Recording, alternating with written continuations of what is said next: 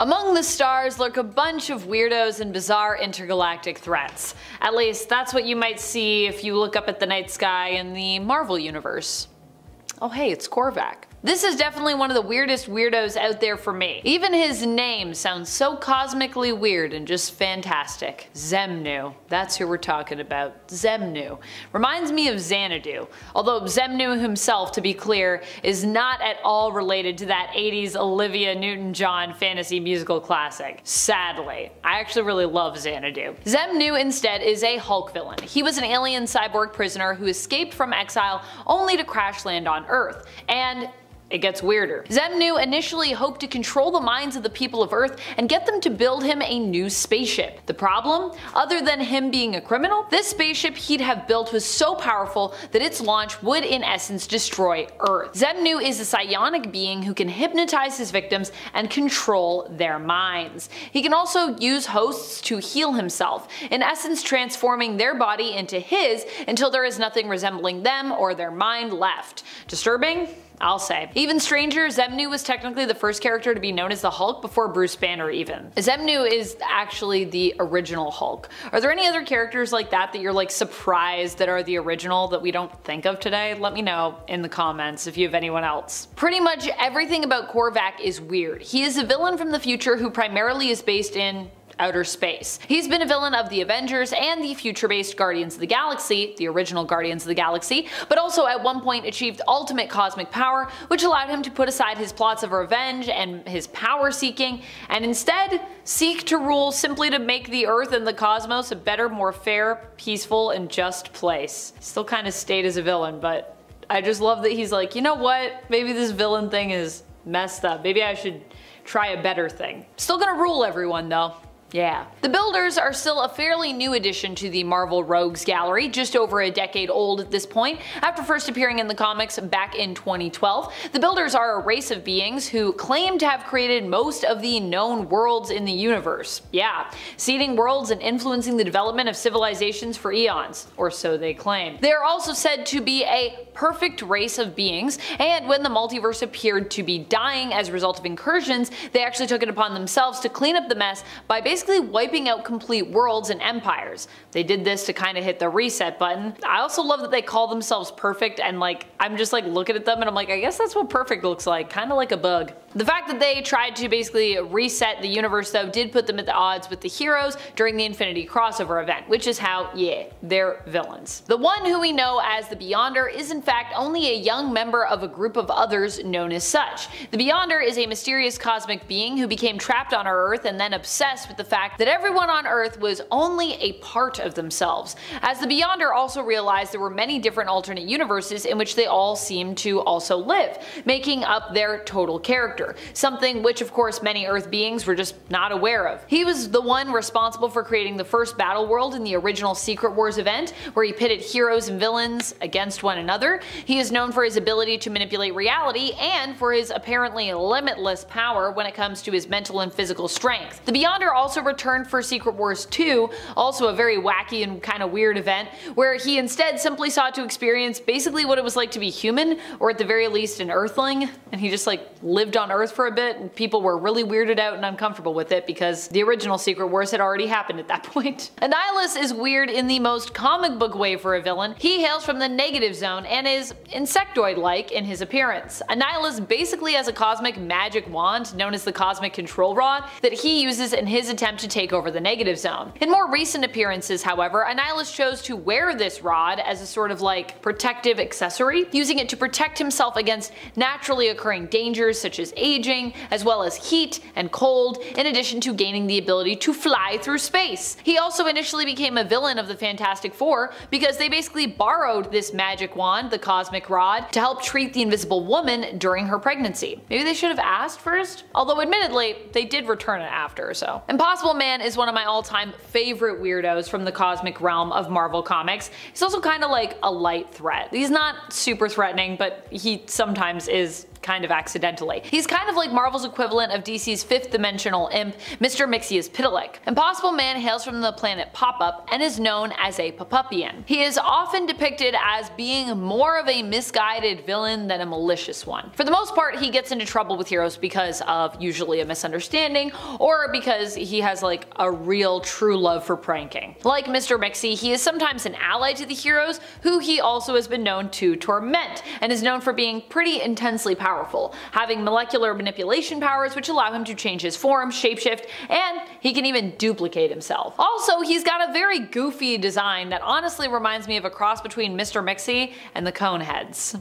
Man, I love the Coneheads. This hungry supervillain that we're about to talk about is so ingrained in the existence of the universe that we once learned in the comics in an alternate universe that eliminating him would actually be a bad idea. Yeah, even though he's a villain. In this alternate universe, and of course it's implied in the main continuity, Galactus is a necessary constant, and when he was defeated in the alternate reality and this was revealed, it actually prompted Franklin Richards to take his place. Yeah, there's an alternate reality where Franklin Richards becomes Galactus. I know. The multiverse, anything is possible. Galactus was once a scientist known as Galen, trying to save his homeworld from the end of not just their world, but kind of the entire universe. Sadly, he realized that resistance was futile here, and he and the rest of his people decided to just accept their fate and instead just like fly into their own doom. Miraculously though, Galen somehow survived and found himself actually chosen. He was granted great cosmic power, but with great cosmic power for him came great hunger, causing him to eventually become the devourer of worlds that we so famously know him as. So yeah, definitely a threat, but not always meaning to be like malicious about it. Although he might not be as bizarre as some of the other villains mentioned here, I'll let you decide, but for me he's up there. Cordyceps Jones is still a pretty out of this world villain. Literally. He first appeared back in 2017 in Rocket issue number 4 and was created by Al Ewing and Adam Gorham. Cordyceps Jones is known for having a salacious reputation across the cosmos. He is a 30,000-year-old fungal parasite who, due to his longevity, has made an intergalactic fortune and is known for owning many successful casinos across the cosmos. Space casinos, my favorite kind of casino. Recently, he appeared in the X-Men series where he seemed to be threatening the existence of Earth, setting up a bet for fun to see who can basically be the first to wipe out Earth. Needless to say, the X-Men were not pleased to learn of that and actually planned a casino heist with the help of Gambit's friend and their ally Rocket Raccoon in order to deal with Cordyceps Jones. And spoiler alert, they did. Yeah. You don't want to go up against Jean Grey, you know what I mean? I don't care how old you are of a fungal parasite. Magus is the evil version of Adam Warlock, and we all know how powerful Adam Warlock is. Magus, being his dark equivalent, is extremely dangerous and also has a willing army at his disposal in his own church that he created, the Universal Church of Truth, which, while it sounds probably pretty nice, is actually not very nice at all. They would harshly purify any planets who refused to accept their offer to join them, exterminating all who resisted. Across the cosmos. Yeah, pretty awful. Being that Magus is the negative side of Adam Warlock, he possesses all of his abilities and powers. The evil side of Adam Warlock, Magus' story is a pretty complex one as well. One that is filled with general cosmic confusion, but I'm gonna try to simplify it a little bit for you here. Basically, Magus was created to oppose Thanos. He bumped around through time and he found himself educated by chaos and order, and he used what he learned as principles with which he built a faith and created the Universal Church of Truth, using this religion to fuel an intergalactic holy war. Yeah. Marcus Immortus has to be one of the weirdest cosmic villains we have ever had in the comics, hence why he is all the way up here on this list. Initially introduced as Carol Danvers' one true love, Marcus Immortus made his first appearance in the infamous Avengers issue number 200. Yep, we're talking about Avengers 200 again. From that issue, it would be made to seem as though Marcus was kind of the fated love of Carol Danvers, although when you laid out his full origin, it was beyond weird, and his behavior here actually seems more downright criminal. Marcus was the baby that Carol gave birth to, a seemingly immaculate conception at first sight. We'd later learn that Marcus was also the baby's father.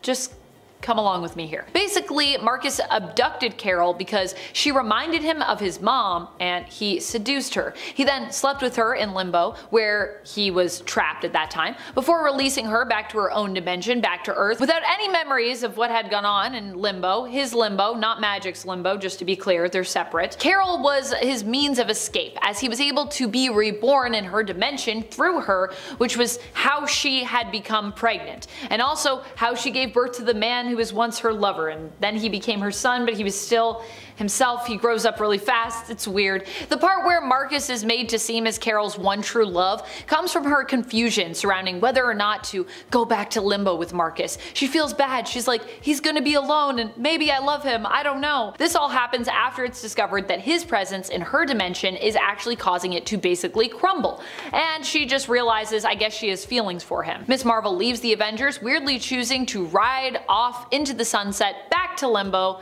with Marcus. And at the end, we all stood there and went, wait a minute, that was a love story? That sounded like a villain. Number 10. Cordyceps Jones. Cordyceps Jones is one of my favorites of the cosmic villains mentioned on this list. He is definitely a super weirdo. Basically a mushroomy looking space mobster who is made up of fungal spores. While he might sound ridiculous, he is not a villain that you want to underestimate, trust me. He both looks and is terrifying. Most recently using one of his casinos to threaten the existence of the entire planet of Earth by creating a betting pool based around its destruction. And friends, before I move on to our next spot on this list, if you love what we do here at Top 10 Nerd, why not show us you love us by clicking that like? Number 9. The Brood. Despite being a bunch of insectoid alien critters, the Brood are actually among one of the most normal of the weirdos on our list. They kind of resemble the monstrous species we see in Alien, and likewise they are usually known for bursting through people's stomachs. The Brood also seek out hosts to incubate their young, which then of course burst out of the host's bodies to be born. Pretty much just like we see happen in Alien. Something interesting and bizarre that we know about the Brood too is that they don't just do this for survival's sake because, you know, it's required for them to continue to exist as a species. They actually enjoy terrorizing others throughout the cosmos. Inflicting pain and causing panic is something pretty much all Brood enjoy, giving them actual gratification from the violent acts that they commit. In fact, in their race, it's actually weird to feel a sense of empathy or compassion for others and to not enjoy pain, which is why Broo was ostracized and left to die by the Brood Queen, before he was then found and taken in by the X-Men. And weirdly, in his case, the ability to be friendly and kind is actually like his mutant power as a Brood, because, I mean, that is a mutation. Number 8. The Phalanx. Phalanx are some of the most freaky of the villainous cosmic alien races we have over at Marvel Comics. They are believed to have been created by the Technarchy, but I don't think they have actually been made aware of this connection, probably because the Technarchy doesn't want them to know that. Like the Borg, who likely inspired them, they are a cybernetic race focused on assimilating other worlds. They don't take you to a cube to experiment on you though, but instead infect you with the techno-organic virus, which then slowly changes you into a cyborg, erasing everything within you that is organic and turning you techno-organic, some might say. Number 7. Dark Celestials. So weird. Because when you think about it, the Celestials and even the Dark Celestials actually are a big part of the reason that we even have life on Earth in Marvel Comics. In fact, their existence could even be used to explain the sheer number of superpowered beings that are on Earth as well. The Progenitor, who appeared in AXE Judgment Day after being resurrected by the Avengers and Eternals, is actually the first to have become corrupted. Dark Celestials are just Celestials, godlike cosmic beings, who are corrupted by the Horde. The Progenitor did initially not turn dark, but instead died as a result of this, falling to planet Earth billions of years ago. The Celestial who searched for the Progenitor became corrupted by the corpse they found, and then they were turned dark, thereby creating the Dark Celestials, and actually becoming the first Dark Celestial, but not the first person to be infected by the Horde. Number 6. Horde. The Horde are another insectoid alien race that are so cosmic it actually hurts me. They're basically the race that is meant to cosmically balance out the Celestials. They are agents of the Fulcrum along with the Celestials and Watchers, and the Fulcrum, for those who are not familiar with this term, basically represents the balance of the cosmos. In essence, Marvel's god. The Fulcrum is actually known by another name that many may more commonly recognize from Marvel Comics, the One Above All. Yeah, so like I said, basically God. The Horde are therefore just made to be a force of destruction to counter the Celestials' force of creation in the universe. Why do they look like insects? Probably because it's just creepier that way. Why did they choose to corrupt the Celestials? Because they could. I'm not really sure how all that factors into the Fulcrum's plans, or if it does at all, but it's a thing that happened at least, so hey, there's that. Number 5. Raquel. I never know how to say this name. Raquel isn't a strange cosmic villain in the sense of her appearance or role, but more is mentioned here because she suddenly popped up in the comics after years of being dead, which is what makes her kinda weird. It had been so long that her return was mostly met with confusion from fans at that point because many who were reading her reappearance didn't actually know who the heck she was. Even I had to do some digging to fully understand the importance of just who this character is. Raquel was once one of the rulers of the Skrull Empire. Unlike Varanki, who was made queen after the Skrulls' homeworld fell, and actually who a lot of people thought I think Raquel was at first, Raquel was actually the Skrull Empress, back when the homeworld was still around and doing well. Raquel first appeared back in 1979 and would perish in the comics in issue 257 of Fantastic Four in 1983, only a few short years later. She returned only a few short years ago from now though, so like it's 2023 now. I think she reappeared back in like 2020 or something like that, or 2021 in the Empire event, where she was revealed to be Hulkling's grandmother who survived the destruction of Tarnax 4, and who had been working behind the scenes ever since undercover as a Kree pursuer while putting into motion a plan to make her grandson ruler of the United Skrull and Kree empires. Which is like, what? That was me when I found all that out. Number 4. Annihilus. Annihilus is weird in the most comic book way for a villain. He hails from the Negative Zone and is also insectoid in appearance, like so many others on our list. Annihilus basically has a cosmic magic wand, if you will, known as the Cosmic Control Rod, that he used in his attempt to take over the Negative Zone. In more recent appearances, however, Annihilus actually usually chooses to wear this rod as sort of a protective accessory, using it to protect him against naturally occurring dangers such as aging, heat, and cold, in addition to gaining the ability to fly through space. I mean, at the end of the day, Annihilus is like kind of an insect, so he needs to be protected against those things. He also initially became a villain of the Fantastic Four because they borrowed the Cosmic Rod to help treat the Invisible Woman during her pregnancy. Though admittedly, they did return the Cosmic Rod, so I don't know why Annihilus is so angry. I guess if you need something to live though, you'd be like, hey, don't just take that. Number 3. Galactus. When you think about it, Galactus is a pretty weird villain. He's basically a giant man who can fly through the vacuum of space, although he usually prefers to do so from within his own even more enormous spaceship, because I guess he likes having his things with him, who wears a very large hat, has much hunger, and as a result, basically eats planets. Oh, and he's also basically a universal constant, meaning that without his existence, the universe is kind of thrown off balance. Despite being an antagonist, you also kind of need him to exist, or at least, I mean, you used to need him. I don't really know what's happening with that. Recently, Galactus got dusted in a fight involving the Black Winter and Thor, and the universe still seems to be existing without too much disruption right now. But even that is weird, because if we established how Galactus is basically a necessary evil earlier, you'd think his death would cause things to get pretty wonky pretty quickly. Although, to be fair to Donny Cates' current Thor series, that's likely coming in due time, because it was kind of hinted at that, yeah, killing Galactus may have been a bad move.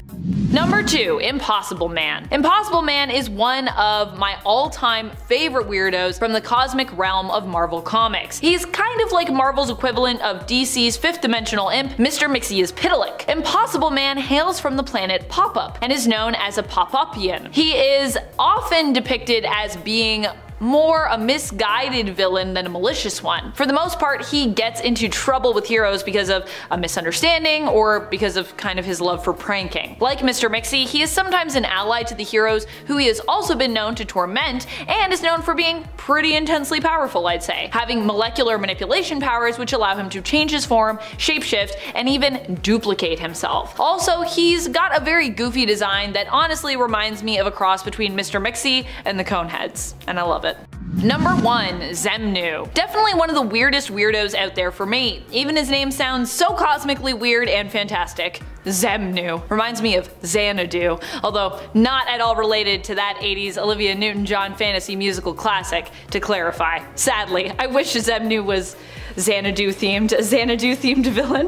What would that even be like? I don't know. I'm here for it. Xemnu with like some roller skates on. Xemnu is a Hulk villain. He was an alien cyborg prisoner who escaped from exile only to crash land on Earth. Already that sounds pretty wild. But hey, it gets weirder. Xemnu initially hoped to control the minds of the people of Earth and get them to build him a new spaceship, one that was so powerful that its launch would actually in essence destroy Earth. Xemnu is a psionic being who can hypnotize his victims and control their minds. He can also use hosts to kinda heal himself, in essence transforming their body into his until there's nothing resembling them or their mind left. Even stranger, Xemnu was technically the first character to be known as the Hulk before the creation of the Bruce Banner turned green giant version of the character, which is even weirder to think about.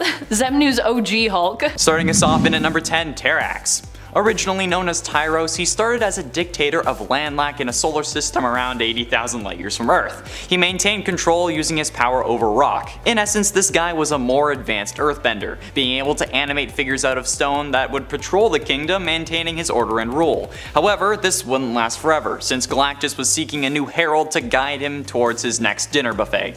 Galactus had also finally learned that you shouldn't have good guys find you worlds to destroy. So when the Fantastic Four asked Galactus for help against the Sphinx, his only condition to help was if the Fantastic Four subdued Tyros for him. They did, and Tyros was exposed to the cosmic power of Galactus and turned him into Terrax the Tamer. His control over stone was improved tenfold, and he could nearly control a whole planet of stone at once. In addition to this, he was granted the Cosmic Axe, which was capable of generating waves of cosmic force.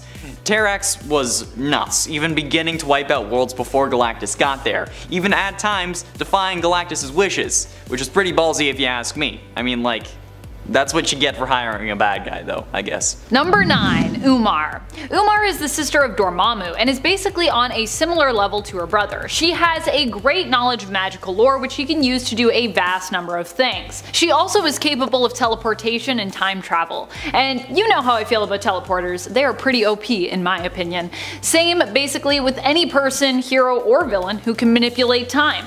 Umar often allies herself with her brother even though he hasn't always treated her great. I don't think Dormammu will be winning any Brother of the Year awards is all I'm saying. She has also been shown to be more powerful than Doctor Strange even, on occasion. And friends, before we move on to this next spot, if you are loving this list as much as I love all of the things that are cosmic, cosmic things, they're so great, be sure to give this video a thumbs up. I think that was a sentence that made sense. And at 8, Ego. Introduced in Thor number 132 in 1966, Ego was created when a mysterious being known as the Stranger visited his home star in order to conduct an experiment. A scientist by the name of Egros started work on a way to save his race from the nova that experiment had left inevitable. The night of the explosion, Egros had his race move into the bunkers he had set up at the planet's core, but the star exploded sooner than they had planned. So in an attempt to save his own life, he tried to reach the underground vault, but failed. However, Egros was merged with every living thing destroyed by that sun, including his people. This created Ego the Living Planet. Considering how this guy is literally a living planet, I think it's safe to say why he's on this list, especially when he was able to hold his own against Galactus. Yeah, a few months after a battle with Thor, Galactus discovered Ego and instantly attacked. Understandably. Ego in his defense created a shield of solid clouds and began to fight back, attempting to strangle Galactus with tentacles. I feel like I've seen that video before. Either way, anyone able to hold their own against Galactus is well deserving to be on this list. Number 7. Dormammu. Dormammu recently actually came out on top against Ego in a battle, and in certain conditions possesses limitless power. Dormammu is part mystical and part cosmic in terms of what kind of villain he is, but make no mistake that he is not out of his element in outer space at all. Dormammu has battled against Odin and has even threatened to end the Celestials before, who are like super cosmic, claiming that he will be the one to destroy the extremely powerful beings. I think we're still waiting for that to happen, but I believe. Not only has Dormammu threatened the existence of Earth before, like we saw in the MCU, but in the comics he has threatened the entire universe and even entire reality of Earth 616 before. So that's the kind of level that he's generally on. There's like other villains, and then there's Dormammu. And at 6, Michael Korvac. Being first introduced in Giant Size Defenders number 3 in 1975, Michael Korvac's father was killed due to events surrounding his birth in 2977. He was raised by his mother, but when the solar system he lived in on Earth 691 and its colonies became the target for the Brotherhood of Badoon, Michael became a traitor and helped the Brotherhood. However, after a few moments of hesitation later on, he was cut in half and fused with his computer by the Brotherhood, turning him into basically a cyborg. But this seemed to do more harm than good for the Brotherhood, since now Korvac was dead set on killing those who did this to him, at least until the Grandmaster teleported him to battle Doctor Strange and the Defenders. Korvac intentionally lost the battle and instead siphoned some of the Grandmaster's power using his new cybernetic abilities, making him even more powerful than before. Eventually, this guy ended up impersonating Kang the Conqueror and the Watcher, and with his ability to siphon power from others, this makes him one of the scariest villains in the Marvel Universe. At least if he was smart about it and didn't go and get himself killed multiple times. Number 5. The Builders. The Builders ended up being an insanely massive threat when they first showed up on the scene. They were destroyers of worlds, flying around, completely wiping out all life on planets, and threatening some of the greatest empires in the cosmos. Although, originally they were kind of more like creators of life and planets, but I digress. In order to defeat the Builders, thought to be the oldest race of beings in the universe, Earth's heroes were compelled to join forces with the galaxy's other superpowers, including the Shi'ar Empire, the Kree, the Skrulls, Spartax, and more. It took an intergalactic army to even stand a chance against the Builders, and even then, that chance initially seemed pretty bleak, pretty slim. Captain Universe, who was said to have created the Builders, joined the fight against them, and eventually all worlds rose up and united, and were able to defeat them. Later on, an even greater cosmic threat, the Beyonders, who we really need to talk about on a part 2 for this list actually, destroyed the Builders. The Beyonders are pretty crazy. Getting close to the end, and in number 4, Amatsu Mikaboshi. To the Shinto religion in Japan, Amatsu Mikaboshi is the god of evil, chaos, and the stars, a primordial being who was imprisoned in the Shinto underworld, known as Yomi, for all eternity. Fun. First introduced in Thor Blood Oath number 6 in 2006, this guy is an absolute beast. Just look at him. This thing is my sleep paralysis demon. Mikaboshi fought against the Demogorge for control of literally the universe, and that's not even a joke. This guy was going to wipe out an entire race of interdimensional beings known as the Kami, just to get a sword known as the Grass Cutter. Yeah, the Grass Cutter was a sword of such great power it apparently was worth wiping out an entire race of people. Dude, just get a lawnmower. Mikaboshi existed before the universe did, before the Big Bang, back when time didn't exist and when the universe was only darkness. He can take on anyone from Thor to even Olympian gods by using his extreme arsenal of powers like shape-shifting, bending matter, mystical energy blasts, you name it, this guy can probably do it, including absorbing the entire multiverse, because he nearly did that as well. He was less than 2% away, actually. So close. Number 3. Magus. Magus is the evil version of Adam Warlock, and we all know how powerful Adam Warlock is. Magus, being his dark equivalent, is extremely dangerous and also has a willing army at his disposal in his own church that he created, the Universal Church of Truth, which isn't really as nice as it sounds at all. They would harshly purify any planets who refused to accept their offer to join them, exterminating all who resisted. Pretty awful stuff. Being that Magus is the negative side of Adam Warlock, he possesses all of his abilities and powers. Penultimately, in at number 2, Thanos. I'm sure we all know about the Mad Titan, especially thanks to the MCU, but while Thanos' MCU counterpart was portrayed as a man wanting to help a dying universe, at least kind of, the comic version of Thanos had a much simpler objective: impress Death! Thanos is the definition of insane, doing whatever it takes to impress Death and gain her affection, and this coupled with an insatiable hunger for power and control makes him quite the dom. From the Cosmic Cube to the Infinity Gems, Thanos' lust for power is never satiated, but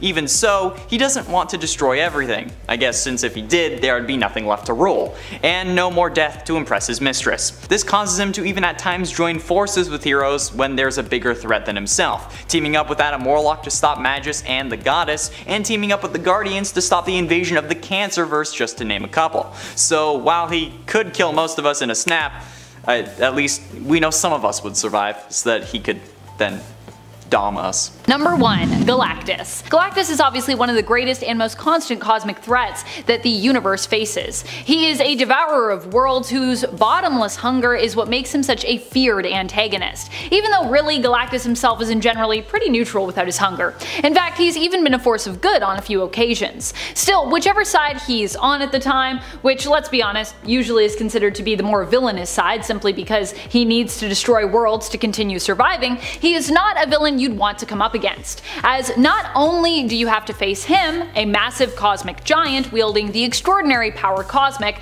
but you also usually have to deal with his heralds, who themselves can be a lot to handle, and also have a little bit of power cosmic. Number 10. Medusa. Medusa is known as being the wife of Black Bolt, or one of the wives, but she's kind of the main one.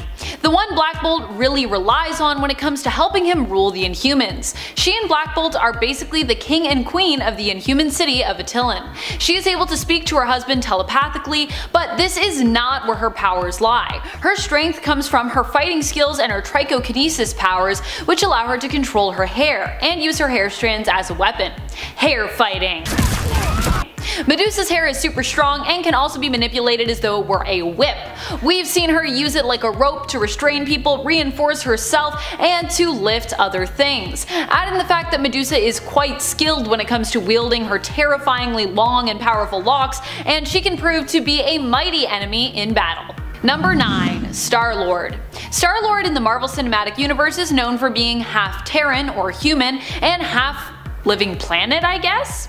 We learn in Guardians of the Galaxy 2 that Star-Lord, aka Peter Quill, is actually the son of Ego, the living planet. However, in the comics, Star-Lord's dad is someone else entirely, although Peter still remains half alien by birth due to his father's identity.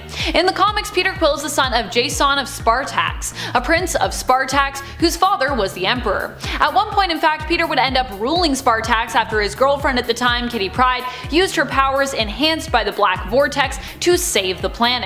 Peter grew up not knowing of his true heritage, as Jason had erased his mother's memories of ever meeting his father to spare her the pain of him leaving, not knowing that they had conceived a child together. You are the father! But even without knowledge of his heritage, Peter has always been pretty spacey, often known for being the leader of the Guardians of the Galaxy team. Number 8. Noh-Varr. Noh-Varr is also known as Marvel Boy. He is a Kree from the alternate reality of Earth 2000. So many zeros. He is a Kree from the alternate reality of Earth 200080. He was one of the crewmates aboard the Marvel, a ship whose crew was tasked with a peacekeeping mission aiming to maintain a ceasefire between the Kree and Skrull of their reality. After finding their ship was lost in the multiverse, they ended up being shot down and crash landed on Earth 616's Earth. Noh-Varr was the sole survivor of the crash. Originally, Noh-Varr blamed all humans for the death of his crew and his parents, who were also aboard. However, over time the other heroes were able to convince him to abandon his quest for revenge and join them instead in protecting the planet. Eventually he would come to be an ally and member of the Young Avengers. He is a hero who is known for his intelligence, especially when it comes to Kree tech, his fighting skills, speed, durability, and strength. He also has been known to use equipment such as Plex, the knowledgeable living database that once belonged to his ship, and his own set of Negabands, given to him by the Supreme Intelligence. Number 7. Wraith. Zack Dell in truth is really more anti-hero than full-out hero, but he's super cool and we don't talk about him enough, so I'm willing to extend the reaches of the parameters of this list to include him. Zack Dell was Kree-born but ended up being estranged from his family after they were killed by a Kree death squad, led by a mysterious figure. He himself at least was not murdered, but instead was propelled outward into space, left drifting helplessly. Eventually he ran into a subspace of the Kree who had become trapped in a wormhole and exposed to space parasites known as the Exelon. These Kree called themselves the Nameless. They stabbed Zack Dell upon finding him so that he too would be exposed to the Exelon and also become one of the Nameless. He hasn't always been bonded to the Exelon, but while bonded, received enhanced strength, energy manipulation, the ability to inspire intense fear in his opponents, and regenerative capabilities. Wraith even managed to use his powers to make the Phalanx feel fear, which is pretty impressive. Number 6. Moondragon. Moondragon was once a human girl known as Heather Douglas. After being nearly killed by Thanos, who had come across her and her family while they were driving out in the desert, she was rescued by Mentor. Seeking to make amends for his son's murderous ways, he took Heather to Titan and gave her to the Shaolin monks to be brought up. There, she would grow into the powerful telepathic and telekinetic hero known as Moondragon. Heather's father would also survive this attack by being reborn as the being known as Drax the Destroyer. Moondragon has been shown to possess telepathic strength great enough to possess millions of people at once, and can deliver a mind blast strong enough to take out the Hulk. Number 5. Black Bolt. Black Bolt is the king and ruler of the Inhumans. You might be wondering why I even included him and his wife Medusa on this list. How are Inhumans spacey, you might wonder? Well, not only have Inhumans been involved in various different galactic matters involving various planets and empires, but for a time they actually called space their home, with their city of Attilan residing in the blue area of the moon. Black Bolt himself is known for being one of the most powerful of the Inhumans. Through Terrigenesis, he unlocked the power of his voice. The speech center in his brain gives him the power to harness electrons using his voice, which basically means he can blow you apart with a shout or blow you away with a whisper. Black Bolt himself is also a modicum telepathic and uses his telepathic powers to communicate with others like Medusa and to shield himself from psychic attack. Number 4. Miss America. America Chavez is super spacey. Just listen to her origin story. She comes from a place known as the Utopian Parallel, a place out of space and time, an alternate world that was in essence created by Wiccan, who here is known as the Demiurge. She was raised by two mothers, Amalia and her wife Elena Chavez. Her mothers sacrificed themselves to save their home, sealing up black holes that threatened its existence. As a result, the Utopian Parallel ended up being sucked into the Marvel multiverse. Inspired by her mother's sacrifice, America Chavez ran away from her home, confident that it would be safe without her, and set out to save other worlds in other dimensions, traveling through space and time. America Chavez may have grown up on Utopian Parallel, but she is also a member or descendant of the Furtonas, a humanoid alien race created by two deities in love with one another. As such, she has powers from both worlds, possessing super strength, speed, invulnerability, and the abilities to create multi-dimensional portals, manipulate energy, and fly. Number 3. Smasher. Isabel Kane was originally a normal human living on a farm in Iowa, but one day she came across the exospecs of a Smasher. Smashers are members of the Shi'ar Imperial Guard. They look like humans but are aliens who use exospecs, a set of goggles, to grant themselves powers and enhance their abilities. Izzy would be granted powers like superhuman strength, speed, and durability, as well as the ability to fly, and do so at hyper speed when needed. She would later leave Earth, traveling to the Shi'ar Empire and joining the Imperial Guard. Later on, when she returned to Earth, she would be recruited by Captain America to join the Avengers. Number 2. Thor. That's right! Thor can actually be considered a cosmic hero. I'm very protective of the humans because they're so helpless and ridiculous. Well, he can be considered a godly hero too, but it turns out those categories are not always mutually exclusive. In fact, there are many instances where they go hand in hand with characters. Thor himself is from Asgard, but Asgard itself is actually located in outer space. Unlike Earth, it's not round, but more flat. In fact, the 10 realms are believed to be located potentially in alternate dimensions. Asgard, Alfheim, Nidavellir, and Vanaheim are all believed to be part of the same dimension. When wielding Mjolnir, Thor is considered one of the most powerful heroes around. He can use his hammer to destroy mountains, moons, and easily demolish important Earth landmarks and monuments, such as the Great Pyramids and the Leaning Tower of Pisa. Number 1. Silver Surfer. The Silver Surfer is one of the most powerful cosmic beings around. He does his best to be a hero while also often being known for serving his master Galactus as a herald. He's probably one of the most heroic heralds, to be honest. He gets his powers from his master Galactus, who imbued him with the power cosmic after he agreed to serve him in exchange for Galactus sparing the Silver Surfer's homeworld, which Galactus was about to devour. However, in becoming a herald, Norrin Radd, as he was formerly known, also lost a part of himself, being unable to remember much of his past life before becoming the Silver Surfer. He has used his power in the past both to disrupt all technology and electricity in the world, turning off all of its power, and has also used his power to save the world, preventing it from being destroyed by binding his cosmic soul to the planet's core. Number 10. Crystal.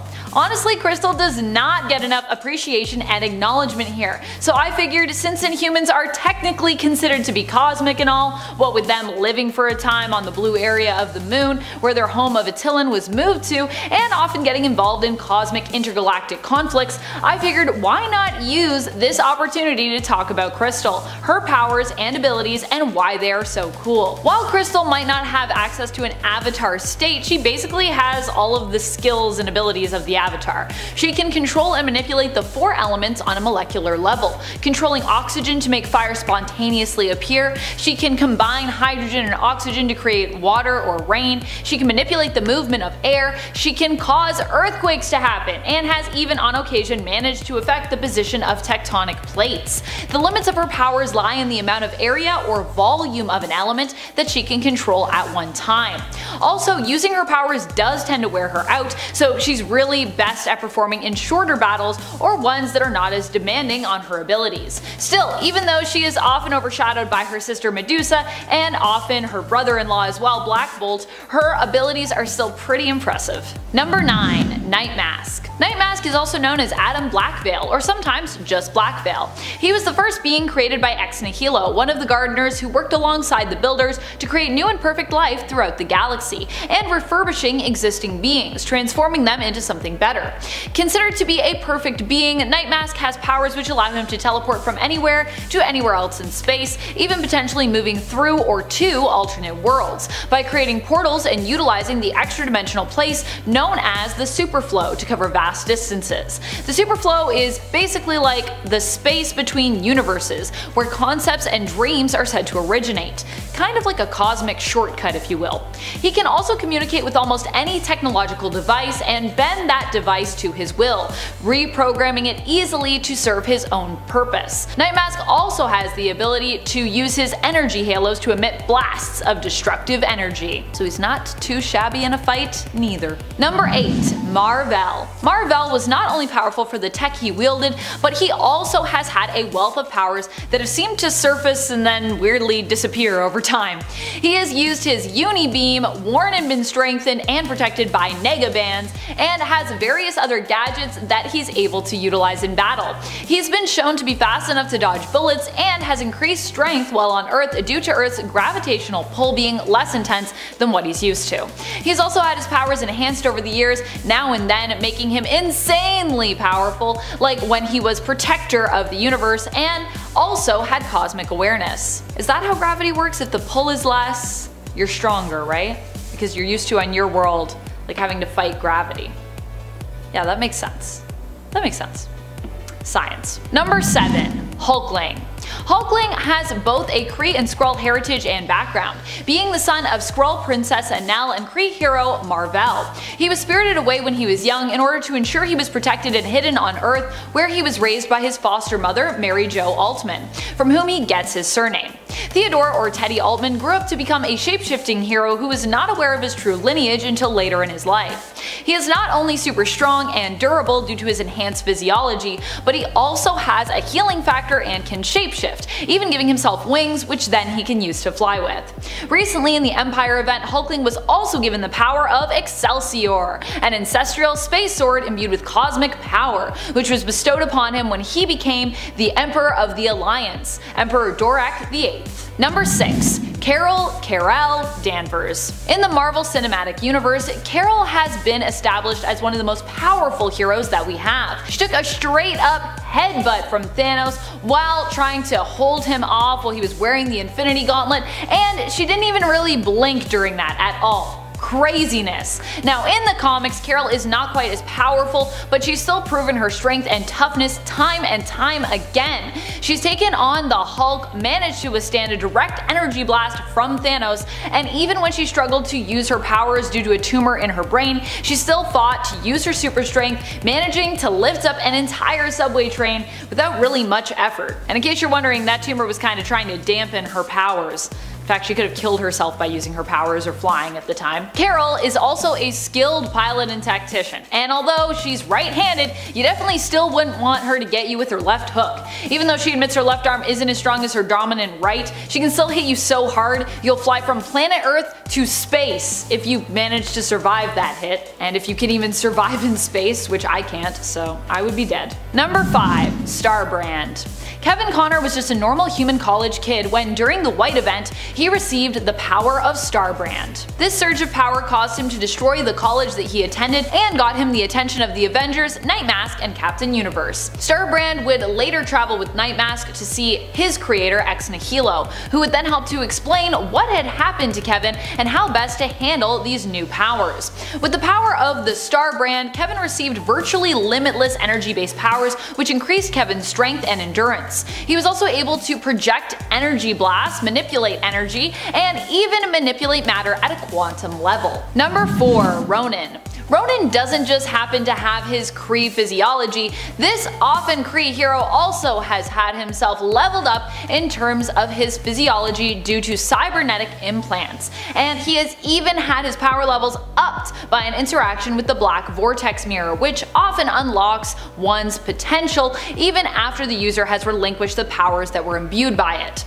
The awesome thing about Ronan is that he's not only super strong, durable, and fast, but he's also quite intelligent. Sure, he hasn't always been a hero, but when he does work with and for the good guys, he is a powerhouse. And even when he's considered more of a villain, he is still often respected by fellow supers, no matter their alignment. Fun fact, while Ronan has actually fought against the Inhumans in the past, he has also for a time allied himself with them, and he even married and was in love with the Inhuman Crystal, who we talked about earlier. I actually really like them together, I think they're cute. Number 3. Gladiator. Gladiator is known for being a prominent member of the Shi'ar Imperial Guard. He himself is a citizen of the Shi'ar Empire who has been shown to be powerful enough to defeat Thanos in a fight. The thing about Gladiator, aka Kalark, is that his confidence increases his power levels. If he's confident enough, his strength and speed can become almost limitless in terms of power levels, also making him near invulnerable to taking damage as well, strengthening his durability. He has been shown to be powerful enough to take down the Thing, and has even managed to explode and destroy planets with the force of his blows. Now that is some super strength. Number 2. Beta Ray Bill. Beta Ray Bill never gets enough love and respect, so it is time to give him some. Beta Ray Bill is a Corbinite who was chosen to be his people's champion. As such, he was transformed into a cybernetic being which enhanced his physiology. Originally, Bill started out as a nemesis to Thor, who Bill believed was a threat to the Corbinites that Bill himself was responsible for protecting. The two fought in a battle for who would get to keep Thor's hammer, following Bill managing to claim the hammer and defeat Thor in combat. Bill also actually won that trial, but in the end, Odin decided Thor could actually have his hammer back and instead forged a new hammer called Stormbreaker for Bill.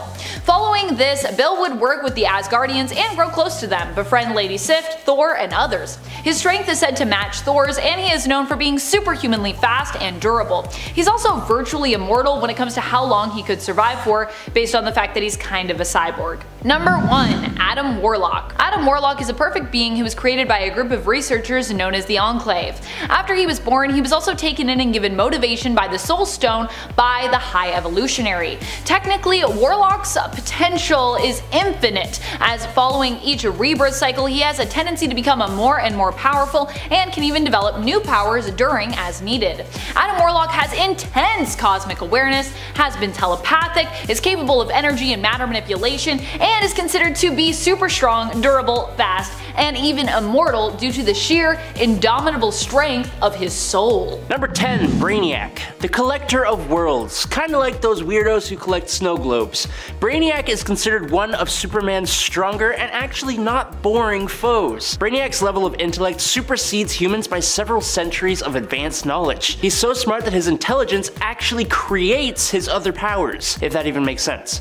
For example, he can interconnect his consciousness with other computer systems, possess other beings, and even transfer knowledge and information to himself from others. Now, the original Brainiac's purpose was to capture cities and assimilate knowledge in order to gain power. Part of his operating procedure is collecting civilizations for study and preserving his knowledge of alien species so that he remains the most supreme being in the universe, and then destroying planets and galaxies in his wake to prevent the knowledge from spreading. Now, because of his ability to interface with networks and possess living organisms, he has become basically omniscient. Brainiac has gained the ability to spread like a virus and hold massive influence over entire populations. It has even learned from his encounters with Superman and developed countermeasures to thwart the Man of Steel. Number 9. Galactus. The being formerly known as Galen of the planet Ta lived before the modern cosmos, in the previous cosmos actually. Galen gestated with the sentience of the universe for billions of years, transforming into the devourer of worlds, finding sustenance by ingesting entire planets, preferably those with living sentient beings that have much more energy for him to harness. When Galactus destroys and consumes planets, he is sort of bringing balance to the universe. Kind of like how life is given and taken every day on Earth, which makes him an essential part of the universe. He's known for the destruction of the Skrull Empire and has attempted to devour the Earth so many freaking times. And I guess other planets for that matter too, or whatever. Galactus is also famous for his heralds, such as the Silver Surfer and the Cosmic Ghost Rider, and so many others. And while they are all powerful beings themselves, usually even before they gain the herald power boost, they don't hold a candle to Galactus himself. His only caveat is that Galactus's power depends on his planet's consumption. So a weakened Galactus has been killed before, but if he eats like 4 or more planets, he's been able to defeat multiple mad celestials all by himself. He's powered by food, and I think pretty much all of us can get behind that. Number 8. Thanos. Thanos, who made his debut in Iron Man number 55 in February of 1973, has only one goal, and that goal is to conquer the galaxy. If you are only familiar with his movie adaptation, then you may not know that comics Thanos is not really much of an altruistic dude. The Mad Titan doesn't seek to eliminate half of life in the known universe in order to create a better one, he simply wanted to impress a girl. But not in the same way you might think. Thanos has a thing for death. In fact, he fell in love with the Mistress Death, who is the physical embodiment of death in Marvel Comics. Now, to prove his love, he was going to destroy all the life in the universe, and that's what led to him assembling the Infinity Stones and trying to wield the Cosmic Cube. He's really just a cosmic level serial unaliver, if you want to call him that. Thanos was born on Titan, a moon of Saturn, and is technically an Eternal, but he possessed a deviant gene which made him very different looking.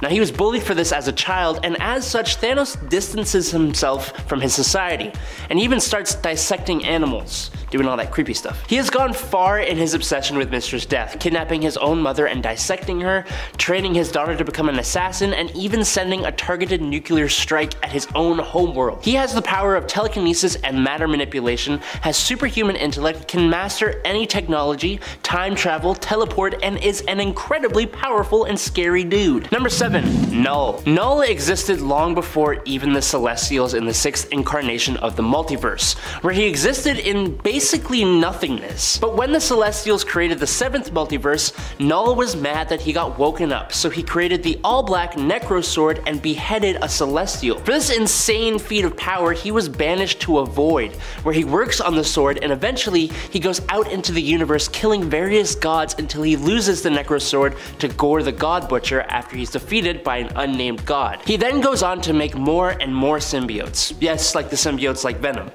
who all shared a hive mind under the control of Null. They eventually rebel and imprison Null inside the symbiote homeworld Clintar. In the 2020 King in Black story, Null is brought to Earth and faces off against all the heroes. He's one of the strongest villains in Marvel. He is immortal, super strong, instantly heals, can create an unlimited amount of symbiotes made of the living abyss, some of which have been incredibly powerful on their own, and can control them all. The Silver Surfer had to use all the reserves of the power cosmic to just temporarily stop Null. Thor using the power cosmic and the Thor Force was no match for Null. He was awoken, enslaved, and controlled Celestials, and even defeated Sentry, ripping him in half and absorbing the Void. The only thing that defeated him was Eddie Brock's Venom wielding the Unipower, which is Captain Universe, the protector of the universe, and the opposite to everything pretty much Null represents. Number 6. Urizen. In the world of Image Comics Spawn, Urizen is a dark entity whose status rises above both heaven and hell. He existed since the dawn of time before either of the realms and was initially one of the elder gods of the universe. Urizen existed to provide balance to the universe in life and death. He consumed the souls of the living in order to maintain this balance. Now, as both heaven and hell sought to fight for the souls of the dead in order to wage war against each other, they both saw Urizen as a threat. They weirdly joined forces in an act of desperation and seal the Elder God away so that they can keep fighting? I guess? Maybe I'm understanding it wrong, but basically, this primordial being can't be killed or defeated. It takes a literal act of heaven and hell to even lock it away. Once devils from hell unleash Urizen, he begins a rampage in the modern time. As an Elder God, Urizen not only has limitless strength, but he can bend the fabric of reality and time, which is a level of power hard to even understand, really. Even Spawn was defeated in his battle against the entity, but luckily death doesn't really mean anything to him and the undead warrior returns to the fight. But still, there's no way to actually kill Urizen. Spawn's only hope is to seal the Elder God away for another inevitable rampage down the line. Number 5, the Chaos King. While he is relatively obscure, he is nothing to scoff at. Amatsu Mikabashi, first appearing in Thor Blood Oath number 6 in 2006, is the Japanese god of chaos, evil, and he was an aspect of the cosmic being Oblivion. Mikabashi ruled and thrived over the earth when it was nothing more than a formless void of primordial darkness. And as such, his goal now is to put an end to creation and bring about a new age of chaos and void. He is a primordial being who was imprisoned in Yomi, the Shinto underworld, where he remained for centuries accruing an army of Oni, which is Shinma demons, and other monsters and stuff like that. During the events of Ares, god of war, Chaos King attacks Olympus after he had defeated and controlled the Japanese pantheon after the fall of Asgard during the Ragnarok event. This is what kickstarts his mission in Chaos War, where he slays the Egyptian gods, the Celtic gods, the Shi'ar gods, the gods of Zen-La. He takes out Nightmare in the Dream Dimension, destroys Mephisto, and casts Mistress Death out of hell, making her literally run away. Oh, and he releases the souls of the damned. He has the power to defeat eternity and is practically unfazed by attacks from the likes of Zeus, God Hercules, Galactus, Silver Surfer, and Thor could not defeat the Chaos King. To win, Hercules had to punch him into a portal to an endless void of nothingness, and this was after he had destroyed 98.76% of the universe. Damn. Number 4, Darkseid. In the New 52, Uxas, who would become Darkseid, whispers doubt into the ears of the gods, sending them into a war with each other, which is when he takes them out and steals their power, making himself the first of the new gods, quote unquote. He has immeasurable strength. He is immortal, nearly invulnerable, surviving an explosion that could destroy existence. He wields the cosmic Omega effect, using Omega beams to hurt Superman and even the Spectre. He can remove people from existence, and using the Omega Sanction, he can trap people in an endless loop of increasingly horrible lives. Telepathically strong enough to control the population of a planet, he can use telekinesis, teleport, control the time stream, and manipulate matter. He's super smart, has advanced technology, and controls Apocalypse and the army of parademons. But almost everything he does is through avatars he creates, because he is the embodiment of evil. He can do anything he wants to and can never truly be defeated except for true form Highfather. Darkseid's motivations are rather simple: conquer and control all life by unlocking and solving the anti-life equation, something DC fans saw him actually achieve in last summer's Final Crisis. What makes him fun is that he chooses to manipulate events from the shadows, allowing his minions to act on his behalf, which always makes it more fun. Number 3, Dark Phoenix. The Phoenix Force is a multiversal entity that represents the sum total of all life that has ever, currently does, and will ever exist in the multiverse. It has a constant source of power that will pretty much never cease to exist. The young Jean Grey had a friend named Annie who died in a car crash, and when Jean tapped into Annie's dying mind, she was overwhelmed by what it meant to die. She sent out a kind of psychic signal that the Phoenix Force picked up on from space, and that psychic signal showed that Jean was a perfect host for the Phoenix. When they eventually did bond in the Phoenix Saga, they temporarily became the Dark Phoenix after the entity felt intense human emotions like love and hate and loss, something it never felt before. The Dark Phoenix has immense telepathic and telekinetic abilities, being pure psychic energy. But more importantly, she had control over matter itself. She gives Jason Wingard cosmic awareness, completely overwhelming his brain, and defeats the X-Men hella quick before she flies off across the cosmos, destroys a whole star, dooming an alien race to extinction. She can wipe out the Earth and the solar system easily if she wanted to. The Phoenix is an intense threat and has been involved in so many stories. Number 2, the Beyonder. The Beyonder is a singular entity with no duplicate versions of himself in other universes, similar to the Phoenix. And a lot like the Phoenix, Beyonder is basically like a baby in that he is a younger member of a race called the Beyonders that are a near omnipotent alien race from a dimension outside of the multiverse. He is himself basically a whole universe. It's really hard to explain. But as he observes Earth and the Marvel Universe and the various races, he grows kinda curious, and the Beyonder decides to study and analyze life and humanity, good and evil, and conflict. And to that purpose, he pits Earth's mightiest heroes and villains against each other in the Secret Wars. Now he did this by destroying an entire system of planets and creating Battle World from the remains and from parts of Earth. So that's one level of power. Beyonder's powers surpass that of Eternity and the Living Tribunal, and he is capable of manipulating reality to his will, being able to pretty much do whatever he wants and grant himself any power he wants. It's more nuanced than that, but it's incredibly difficult to explain, and I only have a limited amount of time, so sorry. Number 1, the Anti-Monitor. The Anti-Monitor was created by Marv Wolfman, George Perez, and Jerry Ordway, and made its debut in DC's Crisis on Infinite Earths series. But his story actually begins billions of years ago with the creation of the multiverse. When a scientist named Krona, who's a guardian of the universe on the Green Lantern world of Oa, tries to use a device that would allow him to witness creation itself, a massive explosion occurs which basically alters the creation of the universe, giving birth to the multiverse. Among the countless alternate realities created in this incident was the Antimatter universe, which is the birthplace of the Anti-Monitor. Now the Anti-Monitor embodies evil and seeks to conquer all of existence, while his brother, the Monitor, embodies goodness and watches over life. But that was changed in the New 52 and then again in DC Rebirth. But I gotta tell you what this character can do. The Anti-Monitor is a being of extraordinary power who feeds on the energies of destroyed universes. Now these energies further increase his power, allowing him to manipulate reality and even travel through time. He can also unleash his energy as bolts or shockwaves to attack his opponents. The Anti-Monitor possesses incredible strength, stamina, and durability, and can even grow to be hundreds of meters tall. He also has an army of shadow demons from the Antimatter universe at his command. However, the extent of the Anti-Monitor's power is dependent on his energy levels, which can be drained in order to weaken him.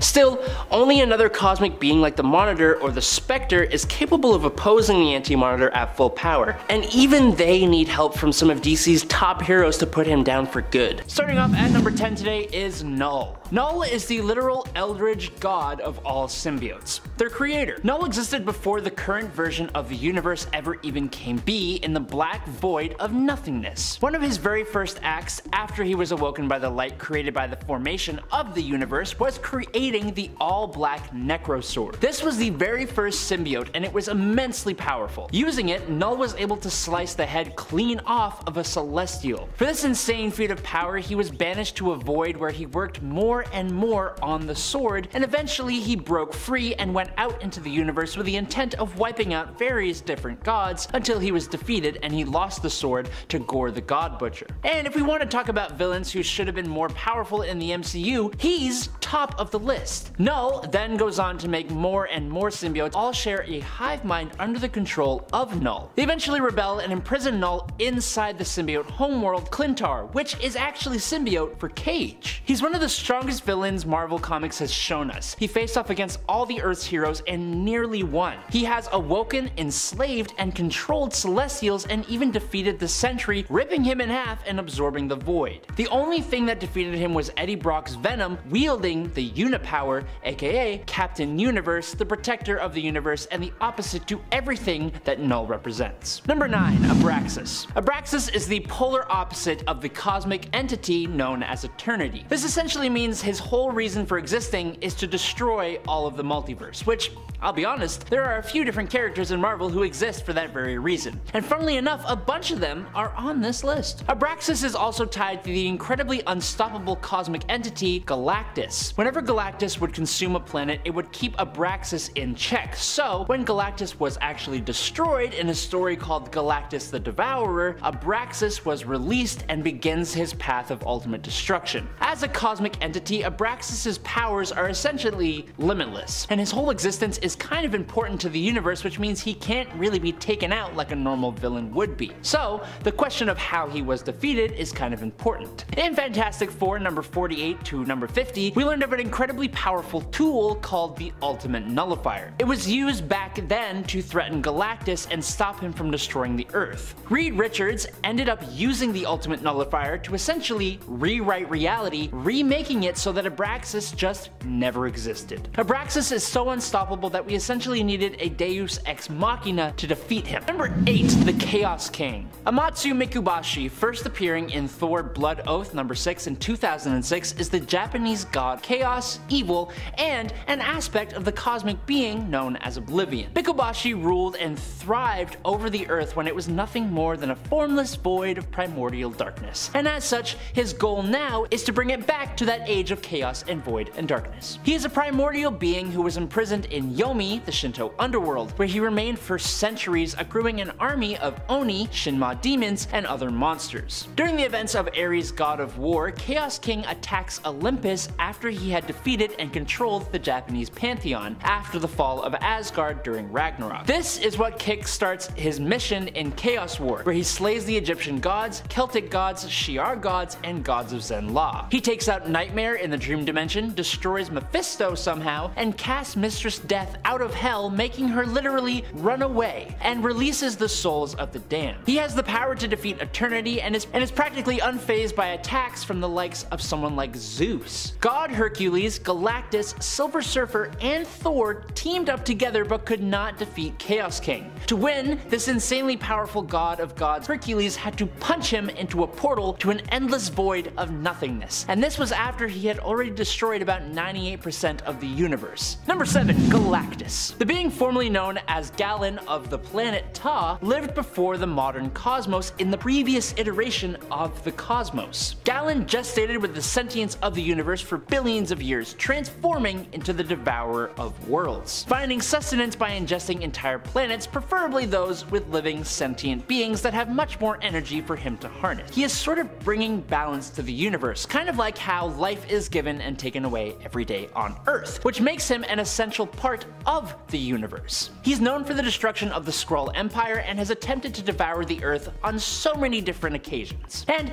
I guess he's tried to devour other planets too, for that matter, but you know, like, whatever. Galactus is also famous for his heralds though, such as Silver Surfer, the Fallen One, and the Cosmic Ghost Rider, to name a few. And while they are all powerful beings themselves, usually even before they gain the herald power boost, they don't actually hold a candle to Galactus himself. His only caveat is that Galactus's power depends on his planet's consumption. So a weakened Galactus who hasn't eaten a planet has been taken out before, but if he eats like 4 or more planets, he's pretty much unstoppable and has been able to defeat multiple mad celestials by himself. He's powered by food, and I think pretty much all of us can understand that. Number 6. The One Below All. In Marvel Comics, there is a character called the One Above All, who hasn't really been seen all too often, but is essentially the equivalent to God or the Creator. We have gods like Odin and Zeus and Thor in Marvel Comics and the MCU, but this is a little bit different. The One Above All is like the god of everything, the supreme ruler of creation and compassion. It's even been represented as the writers of Marvel at one point, to give you an idea. So, the One Below All, as you can imagine, is the antithesis to this, the personification of destruction and hate. Another way of looking at it is that the One Below All is actually the One Above All's hulked out form, although that makes things a little bit more complex in some ways. The One Below All is trapped in the below place and manifests itself in reality through gamma and gamma mutates. Basically, this means that Hulk and the other gamma mutated beings have fractions of the One Below All's power and can be taken over by the One Below All for him to try and escape and destroy literally everything. In an alternate future, the One Below All actually does this, taking over Bruce Banner's body body and using his power to devour the cosmic entity Eternity and eradicate all life in not only this version of the cosmos, but even going into the next iteration of the multiverse, ensuring that nothing in the universe will ever continue to be. Luckily,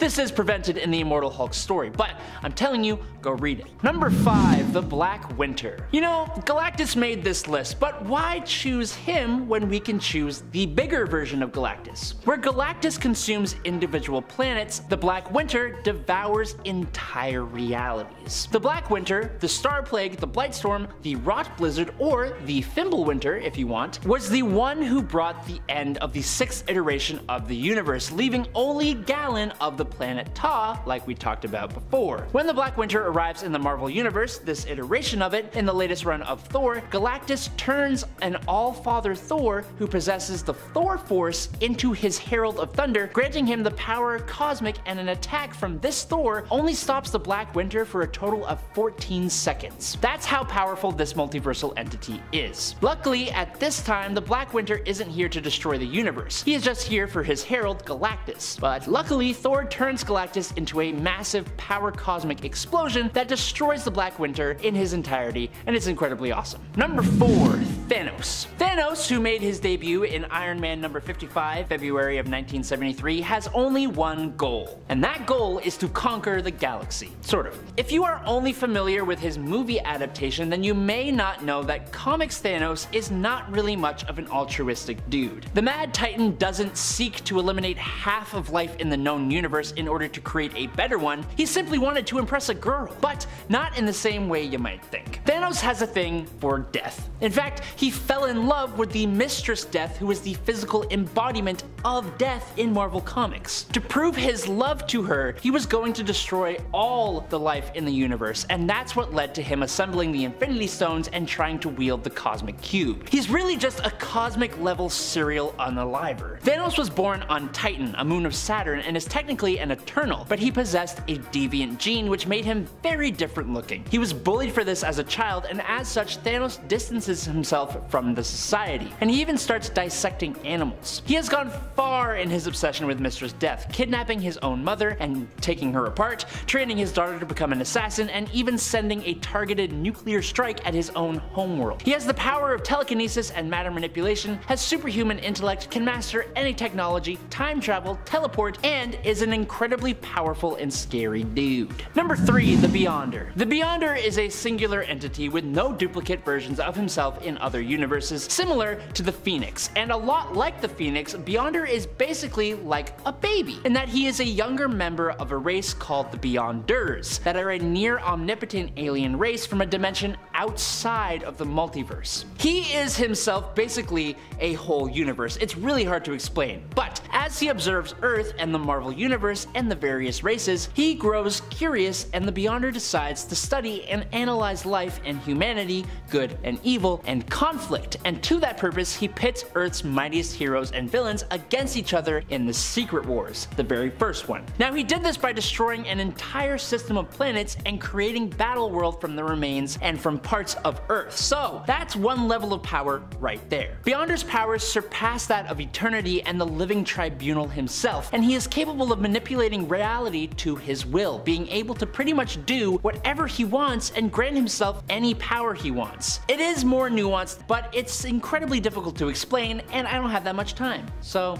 we're moving on. Number 2, Dormammu. Dormammu is one of a race of extra-dimensional energy beings called the Faltine. Him and his sister Umar are both mutants of the species who seek to consume matter instead of energy, which is a big no-no among the Faltine, and along with taking out their own pops, it caused them to be banished. They both traveled to the Dark Dimension, and eventually Dormammu took it over. Dormammu is the prime enemy of the Vishanti, the gods who give the Sorcerer Supreme his supreme merch, and is stated by Odin to be his equal in power. He is more powerful than even the greatest sorcerers, including Doctor Strange and the Ancient One, and he can banish anyone from his domain, the Dark Dimension, but usually fights them for a bit of the old sport. He also has super strength, astral projection, matter transmutation, interdimensional teleportation, flight, can change his appearance and size, can control the elements, time travel, and project and absorb energy. He's also immortal, if that mattered, and has a regenerative healing factor, which seems kinda useless if you're immortal, but hey,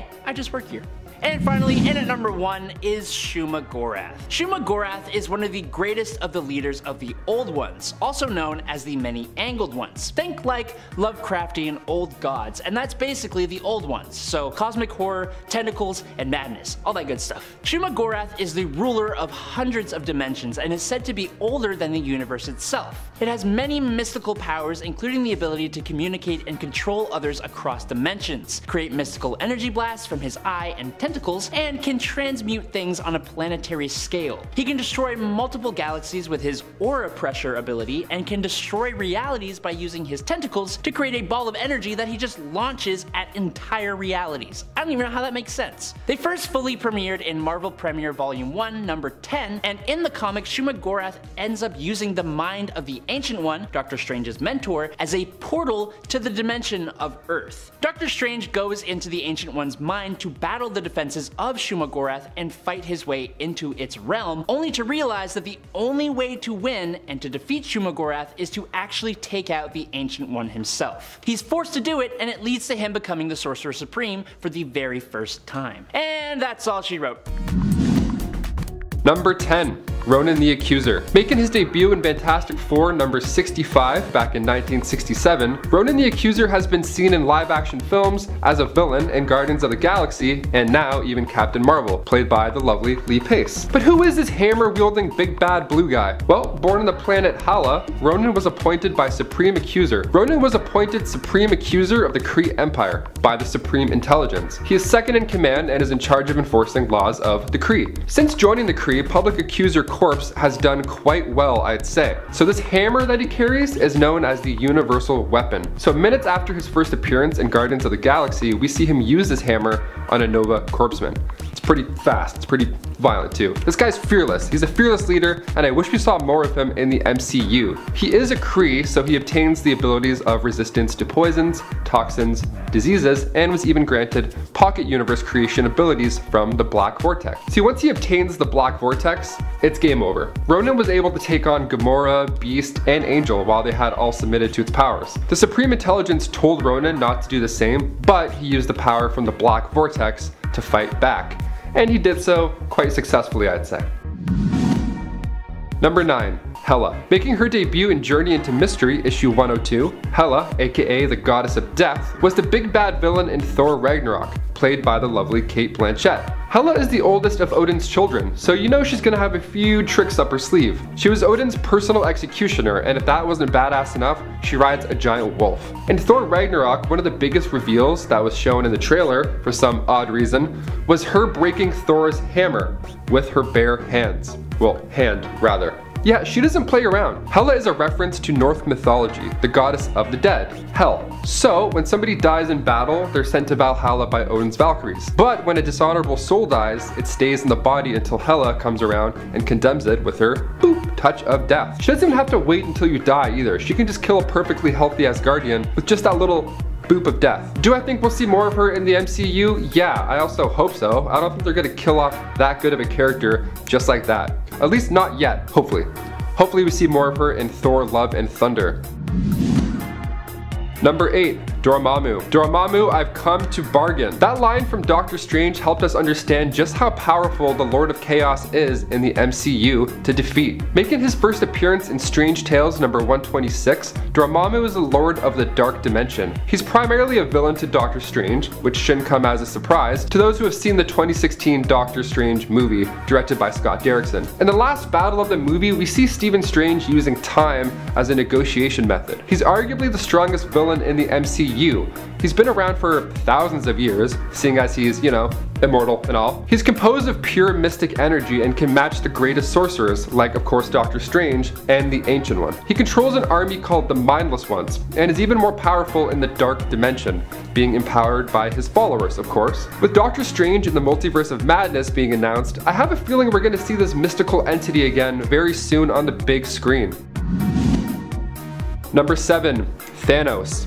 You know who this guy is, come on. We first saw him in the after credit scene of Avengers 1 and 2, and then we saw him sitting down in Guardians of the Galaxy, and then we saw him snap away half of all life of the universe in Avengers Infinity War. The Mad Titan first made his comic book debut back in Iron Man issue 55. Funny enough, Robert Downey Jr. is actually 55 years old. Coincidence? Yes, definitely, most definitely. Hands down, not coincidence. So we all know how powerful Thanos is with the Infinity Gauntlet, but if you haven't seen the movies, I'll touch briefly on those. But without the Gauntlet, Thanos is still a villain you don't want to mess with. Born on Saturn's moon, Titan, both of his parents were Eternals, and due to the genetic disorder known as the Deviant Syndrome, his mother actually tried to kill him at first sight. That's just mean. I mean, don't do that. I mean, he got payback when he killed his entire family just to impress Death, so kind of fair. Oh yeah, he's also in love with Death.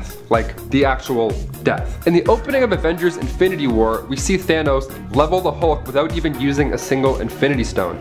That's how strong this guy is. But once he obtains all 6 Infinity Stones, he has control over each stone's cosmic powers, those being soul, time, power, reality, space, and mind. And after that, he snapped his fingers and half of all of life disappeared. In the comics, he does this to get the attention of Death, but in the movie he does it to be a savior. Too many mouths to feed, not enough to go around, he says. Hey man, just snap some food for people, I don't know, or snap some more planets with more stuff. Just an idea, I don't know. Number 6. Venom. Now, of course, I'm going to include the Clintar, specifically the one that attached itself to Eddie Brock. Making his first appearance in The Amazing Spider-Man 252, Venom was initially attached to Peter Parker, aka Spider-Man. The Clintar symbiote was made by the Dark Elder God, Null. We mentioned Null in part 1 of this list, so if you haven't already, make sure you go and check that out after this video. A little part 2, then part 1. I see ya, you're going backwards. Living life on the edge. So, Eddie Brock got fired from the Daily Globe after Spider-Man called him out. Eddie Brock, who also had cancer, sad little side note there, he got pissed. And as you saw in Spider-Man 3, he eventually bonded with the symbiote at the Bell Tower. Then it was all downhill from there. We are Venom to become one. So naturally, they both wanted to go and try and kill Spider-Man. Imagine having a fully sentient being merge with you. I think I'd be on board. Hey, touch this and you'll basically be Spider-Man. Okay, done, no problem. Say no more, sir. This symbiote is also able to cling onto other beings and bond with other superpowers. That's crazy. Its weaknesses are only heat and loud vibrations. I personally would kill for this cosmic power. Absorb me all. Take me, Venom. Number 5. The Skrull Empire. They made their comic book debut in Fantastic Four issue 2 back in 1962, and they made their Marvel Cinematic debut only last year in Captain Marvel. But who are the Skrulls? Well, they're a race of shapeshifters from the Andromeda Galaxy. They look like green humans, kind of, a bit more lizard-like. Except much more powerful and ferocious, that is. They lived on the homeworld of Skrullos in the Druk system. I loved watching these guys in Captain Marvel. It was nice to see the villains relate in a human way, like on a human level. So usually we have these giant evil gods or insane robots, but to see the villains of that movie end up just wanting the same chances of survival as humans, that's a classic. So yeah, they're expert shapeshifters. They can transform into pretty much anything organic or non-organic, as long as it's solid. Can't be water. They can't just, shapeshift into a Gatorade and then call it a day. They have similar abilities as Mr. Fantastic. They can make their limbs stretch out. They can't adapt to superpowers unless you're a Super Skrull. The Skrull-Kree War. Ooh, that's gonna be a lot of K's there. The Skrull-Kree War is the most notable. It was one of the central plots for Captain Marvel. I have a feeling we're gonna see more Skrulls in the MCU. I just hope that they don't use it to do whatever they want with any plot, if you feel me. Like Nick Fury at the end of Spider-Man Far From Home. That was a fun little moment. Anything else too crazy might just kind of undo what we've done so far. I don't know. Number 4. The Magus. Making his comic book debut in New Mutants issue 18, the Magus is a powerful enemy of Adam Warlock. He travels alongside Thanos in the Guardians of the Galaxy comic books, and in one of the many after credit scenes for Guardians of the Galaxy 2, Adam Warlock's name was briefly mentioned. Very brief. So hopefully we get this badass dude on screen soon, because Magus is originally a future version of Adam Warlock. So to see the two go at it with an actor who has this crazy range would be super entertaining. And after Adam Warlock obtained the Infinity Gauntlet, he cleansed himself of all good and evil. And this created an evil version of himself. Almost like in that movie Oblivion with Tom Cruise. It would be one guy playing both. So good. Or Captain America versus Captain America. Whatever you prefer. So we have the future Magus, right? He's the original older Magus and he travels to the past to guide his younger self. So he ends up becoming where he is. Makes sense. Got it? Okay. Adam Warlock comes in and traps Evil Magus in the Soul Gem, which is what I was hoping to see in Endgame, to be honest. I wanted to see everybody in the Soul World, and it would have been nice if Guardians of the Galaxy 3 kept to its original release date, and then maybe we could have had some more Adam Warlock stuff in the picture by now, answering more questions that we still have about the Infinity Stones in the MCU, especially the Soul Stone. Number 3, the Celestials. Making their first appearance in Eternals issue 1 back in 1976, the Celestials have been seen many times in the MCU and many more in the comics. There were actually billions of Celestials until a weapon known as the God Killer took most of them out. They are powerful extraterrestrial cosmic beings. We saw one of them wipe out a planet in Guardians of the Galaxy 1. They are the ones who created the Eternals and the Deviants. So these space gods are around 1,000 feet tall, give or take. We even see the inside of one of their heads when Thanos gets the Reality Stone in Infinity War. It's called Nowhere, it's that big floating head. The first celestial host arrived to Earth a million or so years ago when they created the Eternals and the Deviants, but later on, they were the reasoning behind the existence of mutants, creating the mutant gene. Yeah, so they're pretty important, I'd say. The second host on Earth sunk Atlantis, so a bit less fun than that first one there. Then the third one got into a fight with the Sky Gods because it wanted the right to toy around with humans. So they aren't exactly the most chill entities out there, I guess. Despite being these all-powerful gods, they still need to wear armor just like the rest of us. Armor that is equipped with the tools needed to successfully wipe out an entire planet. Not just like a tape measure, you know? Now all this power, but where does it come from? Well, after Reed Richards' son almost gets turned into a Celestial, he was determined to find that answer out himself. Reed concludes that the Celestials are drawing power from extra-dimensional sources like pocket universes or even hyperspace. So they just come along to Earth every now and then, check out how we're doing, and then either destroy all of us or give a couple of us powers. I'll be waiting outside in an open field after this video is done. I'll also be waiting for the Celestials to come and judge me and give me super speed or super length, something else, you know, something cool. Or like a lot of money. I'm good with either of those. Number 2, Kang the Conqueror. Also known as Nathaniel Richards, Kang the Conqueror is actually already cast in the live-action MCU. Air horns. Jonathan Majors is joining the cast of Ant-Man 3 to play the hyped character. But who is Kang? Well, making his first appearance in Avengers issue 8 back in 1964, Kang has seen many centuries. His powers allow him to travel through time, and his futuristic suit of armor is built with weapons that could take on any super. He's also incredibly smart and of course travels with armies as backup. These armies are built in a similar fashion sense, each warrior equipped with the same armory and weaponry. The time travel stuff doesn't come without consequence though. So as Kang travels more and more through time, he creates time-displaced duplicates. As we saw in Avengers Endgame, it can be tricky to figure that out. I think this is a perfect time to introduce a time-hopping villain, especially for Ant-Man, who's now a big-time Avenger who's been around the quantum block a few times. So what do you guys think will be Kang's goal in Ant-Man 3? How do you guys think he's going to be written into this current MCU run? Honestly, I think after WandaVision and the Multiverse of Madness, Kang's gonna end up trying to clean the timelines up, just as the Avengers did, but he'll be laying waste to any Avenger that stands in his way.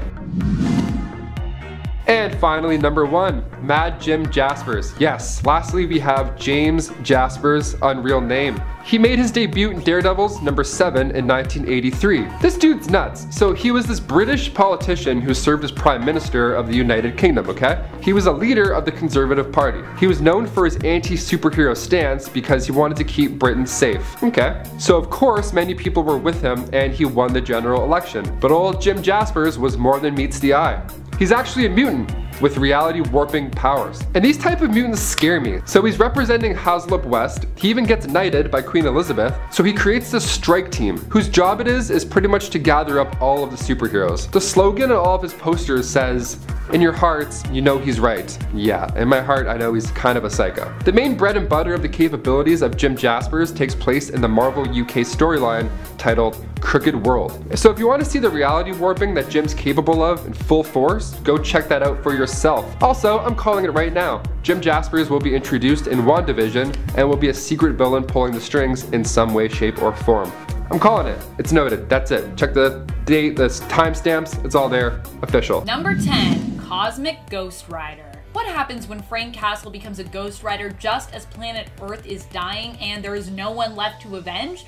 Well, you get the brilliant and insane Cosmic Ghost Rider. This version of Frank Castle ended up teaming up with Galactus originally in order to try and take on Thanos, who threatened the existence of all life at the time as he tried to win the heart of Mistress Death. In the end, no one was left to serve but Thanos, and Cosmic Ghost Rider was driven mad by loneliness and heartbreak and being unable to die, so he eventually ended up joining Thanos anyways. He is as powerful as he is insane at this point and is a frighteningly cheerful version of Frank Castle, especially considering all of the horrors he's witnessed, especially when he was serving Thanos. Did some pretty bad stuff. Number 9, Annihilus. Annihilus is a somewhat lost being who was created in the negative zone on a planet known as Athros. He evolved from life spores that were left there and ended up mutating and growing to be a highly intelligent insectoid-like life form. He has been an enemy and ally to the Fantastic Four, depending on the circumstances, and he also once almost took over Asgard, managing to take on the Asgardian soldiers and even beat Thor. Thankfully, Odin stopped him before he could succeed. Poor Annihilus, I feel like he's so lost in life. Really needs a stronger purpose. Number 8, Iowa the Mungazoth. Hope I'm saying that right. Known as the Lord of Darkness, Iowa the Mungazoth is called upon in an issue of Creatures on the Loose from the 70s. This cosmic eldritch god-like entity could also be tied to the many-angled ones, who occasionally crop up in the Marvelverse. But we don't have enough information to really know whether or not for sure if Iowa the Mungazoth is a separate entity or simply one that we've maybe already met but is operating under a different name, under some kind of alias. He is one of the gods referred to in the comic by the High Priest of the Dragon King, known as Sa. Sa, in the story, aims to make 3 human sacrifices in order to give the energy to the Lords of Chaos that they need so that they may travel across the cosmos to Earth. Sounds like a bad idea. Sounds like you probably don't want the Lords of Chaos to come by, but you know, to each their own. I guess if you're the High Priest of the Dragon King, you do. That's what you want. I'm not here to judge. Number 7, God Quarry. In 2016's Thanos series, there's a place known as the God Quarry. It is a pit guarded by 3 eternal witches, known as the Coven. The pit is said to reward those who can overcome its challenges by granting them with great power. But first, you must face whatever it is that could potentially be holding you back. Once in the pit, you find yourself merged within it, becoming a part of it, and then you begin to see what it is that could most tempt you. For me, it would probably be a big pile of cookies. For many leaders who have come there seeking power, the temptation was too great and they could not escape. Instead, now a part of the pit, they remain trapped for eternity. But hey, with great risk comes great reward. And yeah, Thanos did have to go in that pit.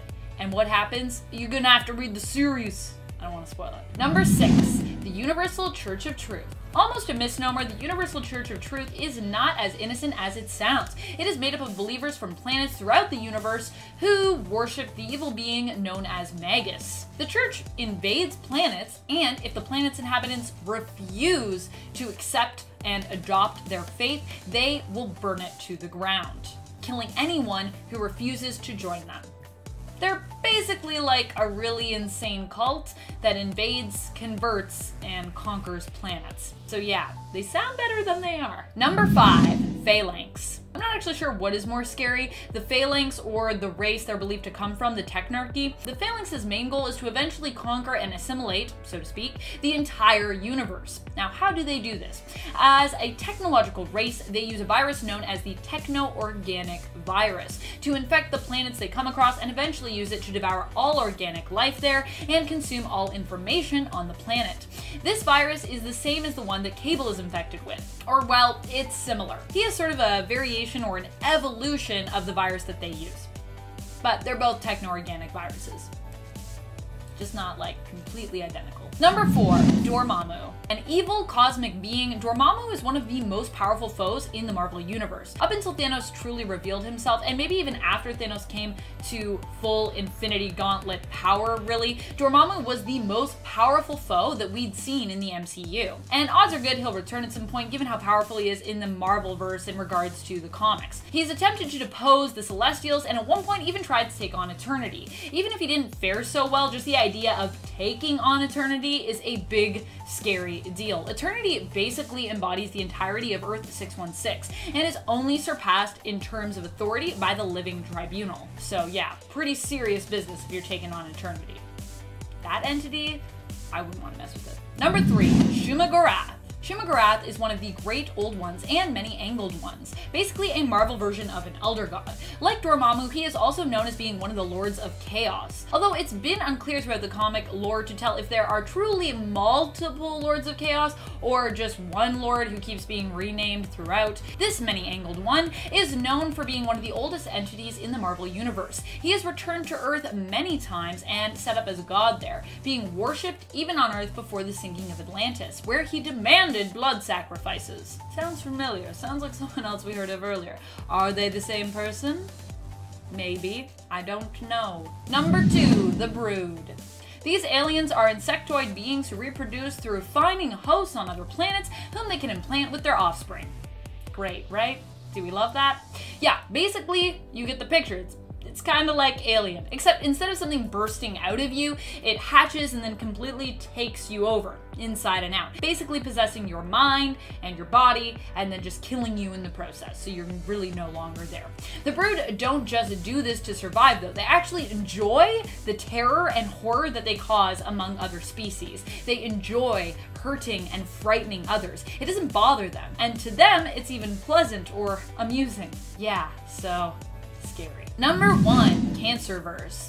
While the Cancerverse is an alternate Marvel universe, much of what we see of it involves a cosmic presence. Most of the important goings-ons in regards to stories involving it happen in outer space. The Cancerverse is a world where there is no death. Sounds nice, right? Think again. Without death to provide balance to the world, life was left without anything to hold it back, and as a result became a wild and evil thing, transforming into something like an eldritch god or a monster. This all came to pass because the original Captain Marvel made a deal with the Many Angled Ones in exchange for them curing him of his cancer. The Many Angled Ones themselves is also pretty horrific. So. Number 10, Magus. The evil side of Adam Warlock, Magus' story is a complex one filled with general cosmic confusion, but I'll simplify. Basically, Magus is an evil alternate future version of Adam Warlock, who was created to oppose Thanos. He got bumped around through time and found himself educated by chaos and order. He used what he learned as principles to build his own faith and his own church, going on to use this burgeoning religion to fuel a holy war which would rage throughout the cosmos. Pretty impressive. He later wreaked havoc with an army of evil doppelgangers of all of the heroes, who even proved too much for Thanos originally to handle. You know you're serious when Thanos is like, whoa, jeez, ooh. Number 9, the Beyonder. The one we know as Beyonder is in fact only a young member of a group of others known as such. Beyonders. The Beyonder is a mysterious cosmic being who came to our Earth and found himself obsessed with the fact that everyone on Earth was only a part of themselves and incomplete, as he realized there were many different alternate universes in which they all seemed to also live. He was the one responsible for creating the first battle world in the original Secret Wars event, where he pitted heroes and villains against one another. He is known for his ability to manipulate reality, and for his apparent limitless power when it comes to his mental and physical strength. In other words, you don't mess with the Beyonder messes with you. Number 8, Parallax. Parallax is basically an intergalactic fear parasite, but he kinda wasn't always such. Originally, Parallax was simply evil Hal Jordan. DC had likely turned him evil to get rid of him while Kyle Rayner took over as the Green Lantern, brought in to help refresh Green Lantern comics, and reignite some sales for the series. It wasn't until much later that we would find out that the evil actions of Hal were not his fault, really, and that he was under the influence of a parasite whose name he had adopted at that time, Parallax. It turned out that this cosmic being had been imprisoned within the central power battery on Oa, where willpower was being used to contain it. The Guardians of the Universe knew this, but they decided to keep it a secret for fear that, you know, someone would release the entity. In the end, Sinestro was the one who awakened it after being trapped in the battery himself. I mean, probably a bad move to trap him in there, to be honest. You know, with like a fear parasite. I feel like, you know, you're already seeing that's probably not going to go well. His hatred of Hal Jordan turned Parallax onto Hal. Parallax worked for years to increase Hal's inner fear and self-doubt, and even was responsible for turning the hair around his temples white. Yeah, fun fact, that was Parallax. Now you know. And knowledge is power. Number 7, Brainiac. Brainiac is a famous villain known for shrinking the city of Kandor on Superman's homeworld of Krypton. He comes from the planet Kolu. He is brilliant but also fairly weak when it comes to, swinging punches. In one iteration, he could not even leave his spaceship for fear of being killed from all the diseases and illnesses on planet Earth's surface, as his immune system was low when it came to Earthborn illnesses. As time has progressed, however, Brainiac moved from being a lesser-known cosmic plot device to a bona fide supervillain. He even at one point attempted to strengthen himself dramatically after finding out his current body was dying. Brainiac plotted to possess Doomsday's body as his own. Well, this plot was eventually foiled. For a time, this merging of Brainiac's mind and Doomsday's body made him one of the most powerful beings in the universe. For a little while. Fortunately, it all got foiled. Dang it. Too powerful. Number 6. Phoenix Force. The Phoenix Force is both a terrifying and kind cosmic entity. The terror it induces, in fact, truly only exists because it is so powerful, and often many are unable to contain its power, eventually becoming corrupted and evil as a result. The Phoenix Force itself, however, has often seemed selective in regards to who would grant power to, although it did seem like not super picky when it bonded with Thanos' son Thane, who was just about to die at the time. I don't really know why else it picked Thane.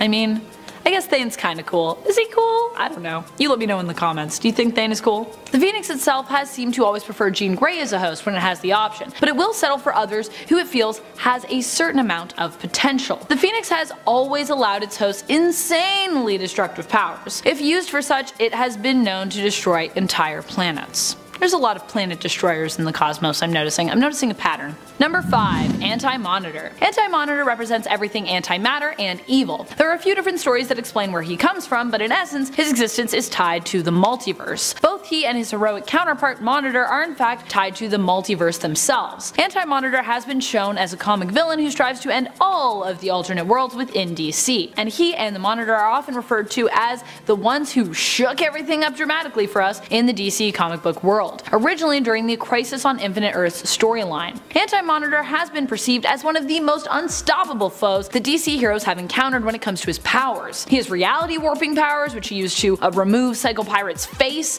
and he can absorb the energy around him, even managing to use this ability to suck dry entire universes. Not just worlds, entire universes! He's like, I'll take that alternate, I'll take that alternate, I want some fries with that, delicious. Number 4. Darkseid. Darkseid was born on the planet Apocalypse and was originally known as Prince Euxus, second son to the king and queen of the planet. Despite being second in line, the prince aspired to one day rule the planet. He murdered his own brother to seize more power, taking the name Darkseid afterwards, and eventually killed his own mother for poisoning his love Sully. His whole story is very Shakespearean and very Greek tragedy, complete with a prophecy that one of his sons would one day defeat him in battle. Darkseid is often presented as the enemy of the Justice League. He killed half of the Amazonians in Themyscira when they refused to help him overthrow the Olympian gods. He has always been obsessed with control and power, so much so that he pursued the anti-life equation, which grants its owner full control over those who are exposed to it, stripping the victims of their free will. That's what Darkseid is into. He's like, no free will. Do what I say. It's like a really bossy parent. That's Darkseid. Number 3. Thanos. Similar to DC's Darkseid in many ways. Born an Eternal on his home planet, Titan, Thanos would grow up to be a fearsome disappointment to his parents, especially his mother, whom he would eventually end up killing. Thanos was always pulled towards evil and darkness, even from a young age, as he became obsessed with a love of death. His love of Mistress Death, who usually appears as a concept in sexy lady form in the comics, would drive him to kill entire worlds in her honor, causing him to be known as the Destroyer of Worlds. As a result, the Mad Titan is often categorized as being one of the greatest threats in the comic book world, often perceived as an almost unstoppable force, and it is only when all the heroes of the cosmos or of Earth come together that they even stand a chance in stopping him, though he has killed them all before even, so there you go. In Volume 2 of the Thanos series, he managed to wipe out everyone in the universe, save for a Mjolnir-wielding Silver Surfer, though he eventually killed him too, so Thanos is one of those inevitable villains. He's always gonna show up, he's always gonna kill everyone. But don't worry, you'll all come back, it'll be fine. Number 2. Doomsday. Doomsday is one of those villains I almost feel bad for. He can't help himself. He originated on prehistoric Krypton and was created through a series of evolutionary experiments conducted by Bertron. Have you ever noticed how evolution-based scientists always tend to be bad news? Like, they're all evil, what's up with that? Bertrand basically kept cloning the same deceased baby's remains after its death to speed up the evolutionary process of their genes, causing them to adapt slightly with each death. Cause comics. The result ended up being Doomsday, who eventually was able to resurrect himself after each death he suffered just on his own. And due to dying so many times and being experimented on and tortured throughout his genetic history, he grew to hate life. It is this hatred that has made him such a ferocious enemy, as all he often wants to do is kill and destroy. He eventually made his way to Earth after falling through a tear in space-time, terrorizing a planet for years, and after being thought dead was shot out into space. And he landed on Earth. True story. Number 1. Galactus. This hungry supervillain is so ingrained in the existence of the universe that we once learned in an alternate universe that eliminating him in the comics had actually been a bad idea, prompting Franklin Richards to take his place. Galactus was once a scientist known as Galen, trying to save his home world from the end of, well, not just their world, but the entire universe. Sadly, he realized that resistance was futile, and he and the rest of his people decided to accept their fate and instead fly into their own doom. Miraculously, Galen survived and found himself chosen. Probably felt pretty bad about that. He was granted with great cosmic power, but with it came great hunger, causing him to eventually become the Devourer of Worlds we so famously know him as. Number 10. Blue Marvel. Marvel has several powerhouse characters who are effectively its answers to Superman, and one of those heroes is Hyperion. Ever since the first incarnation of the character debuted in Avengers number 69, Hyperion has been one of the most powerful figures in the Marvel multiverse in all of his forms. But none of those forms have been as destructive or dangerous as King Hyperion, a reality-traveling threat who destroyed entire worlds and their most powerful heroes before making his way into the main Marvel universe. But King Hyperion didn't stand a hope in hell against the Blue Marvel. Blue Marvel Adam Brashear is one of the best Marvel superheroes, one of my favorites and one of the absolutely undefeatable. He's taken on all the Avengers' entire alien armadas, he has lifted a meteor the size of Arkansas and guided it away, and he's uppercutted the hell out of the Ultimate Universe Hulk. Hyperion says he's defeated Blue Marvels before, but he hasn't faced Earth 616's. While he put Blue Marvel down initially, when Hyperion threatened the innocent bystanders nearby, Blue Marvel found a new strength. Letting loose in a way he hadn't before, it took 5 blows before Hyperion was out cold and Blue Marvel stood over him victorious. Number 9. Thor and Hyperion. With the end of the multiverse staring down the heroes of the 616 Marvel Universe across the Jonathan Hickman run on Avengers and New Avengers, Thor and a handful of other heroes like Hyperion, Starbrand, Nightmask, Ex Nihilo, and Abyss ventured across the multiverse to confront the Beyonders, responsible for the collapse of the Marvel multiverse. Now, wielding the Hammer of Thor, that's with 2 R's, which can only be used by those that are considered unworthy, Thor went into battle alongside the others, giving everything he had and helping bring down just 2 of the Beyonders at the cost of his arm in New Avengers number 32. Now, after facing just 2 of the Beyonders, only Thor and Hyperion survived the battle. Unfortunately, that battle ended just for another to begin as an entire army of Beyonders descended upon them. In one of the most badass moments in Marvel Comics, realizing that Thor can no longer wield Thor with 2 R's hammer because he has proven himself worthy once again, Thor and Hyperion laugh together and race each other to Valhalla as they throw themselves into this one final battle against an enemy that they have no hope of defeating. Number 8. Monica Rambeau. Monica Rambeau is an insanely powerful cosmic hero, and being one of the heroes to hold the title of Captain Marvel, we would expect no less. Way back in Avengers number 248, a battle was taking place between the Avengers and various Olympians. One of the main fights taking place was between Zeus, a Sky Father on par with Odin himself, and the God of Thunder himself, Thor. Now, to be quite frank, Zeus thrashed Thor like he was a badly behaved little boy. Zeus had Thor down and is about to literally wipe him from this plane of existence when out of nowhere, Monica Rambeau shows up. Shooting Zeus with a little blast of energy that cuts his arm, she orders him to back off of Thor or she will do much worse. Now, Zeus, obviously not seeing her as a threat, fires off a lightning bolt that simply phases right through her living light body, doing absolutely nothing to her. So, in retaliation, retaliation, she tells him the gloves are off and flies in, hitting Zeus with a blast that lights up the entirety of Olympus. And while Zeus was not defeated, Thor makes note of the fact that Monica hurt him more than any mortal had ever done before, and it shows. Number 7. Silver Surfer. The Silver Surfer is easily one of the strongest of Marvel's cosmic heroes. He can do some absolutely insane things, and he has had some massively impressive fights. But one of the ones that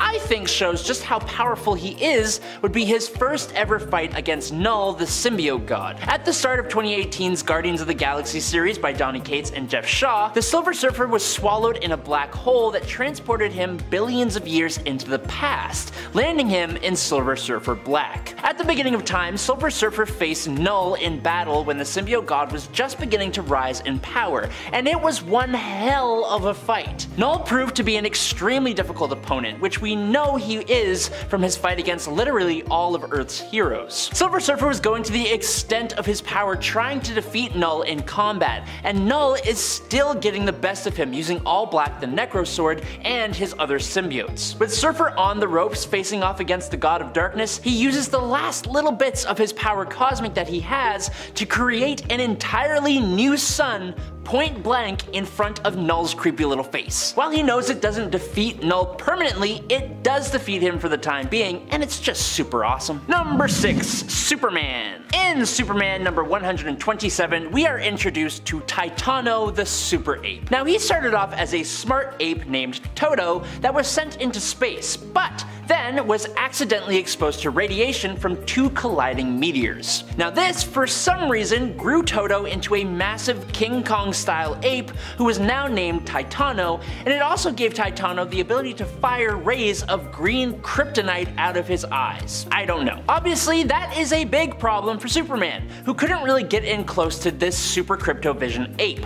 But luckily, Superman's girlfriend is able to trick Titano into wearing lead sunglasses that stop the kryptonite rays, at which point Superman just picked up the giant super ape and threw him back through time. Superman chucked his super monkey through time back to the prehistoric era where he could interact with dinosaurs. Yes, Superman is so strong that he can literally throw things through time. He's also thrown Jimmy Olsen through time before, but who cares? This is a giant ape. Number 5. Franklin Richards. While he may not be considered entirely a cosmic level superhero, Franklin Richards, the son of Reed Richards and Sue Storm, is destined to become a key factor in the cosmic landscape of the Marvel Universe. His power to warp reality is so great that he has created entire pocket universes. Now in one reality, appearing in Fantastic Four Volume 1 number 604, Franklin appeared as an adult, and we saw a glimpse of just how powerful he can be. In the story, a grown Franklin and Valeria Richards worked together with their grandfather Nathaniel Richards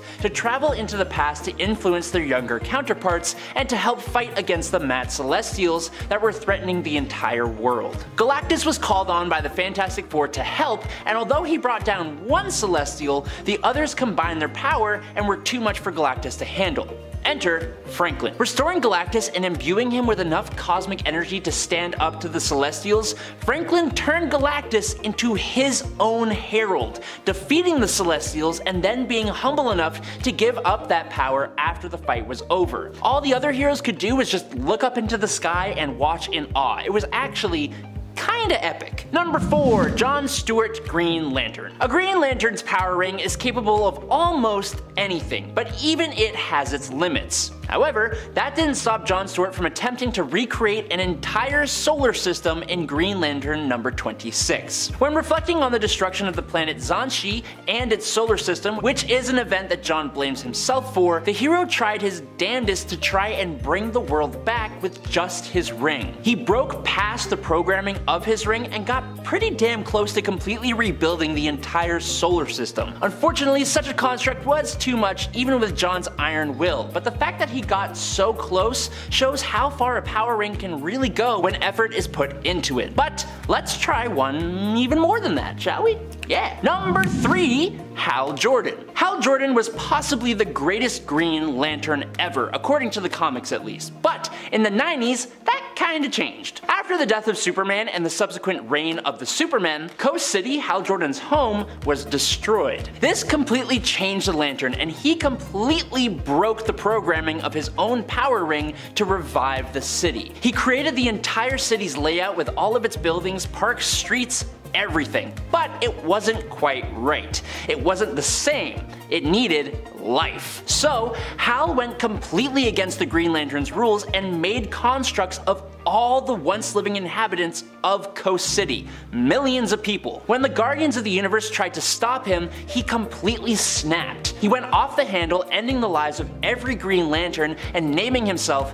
Parallax. Hal became a threat to the whole DC universe for like a decade before eventually sacrificing himself. Sure, he went bad, but he absolutely did not hold back against anyone. Number 2, Orion. Orion is a new god and the son of Darkseid, and as a hero with a dark ancestry, he is quite the conflicted do-gooder. He has many forms and he has many abilities. He exists beyond the normal multiverse on a higher plane called the Sphere of the Gods. Born on Apokolips but adopted by the gods of New Genesis, Orion is in a constant war with his inner darkness and with his father, Darkseid. Orion is repeatedly praised and stated to be a warrior with skill and ferocity second to none, and in one of his many displays of pure power, he completely wipes out his father. When Darkseid came to Earth, heroes like the Atom and an empowered Jimmy Olsen fought him until a boom tube opened up and Orion came out. The heroes stood aside and let Orion fight Darkseid on his own, and he absolutely wrecked the guy in one slog of a fight. At the end of the fight, after beating down on Darkseid to the level of wiping out entire city blocks,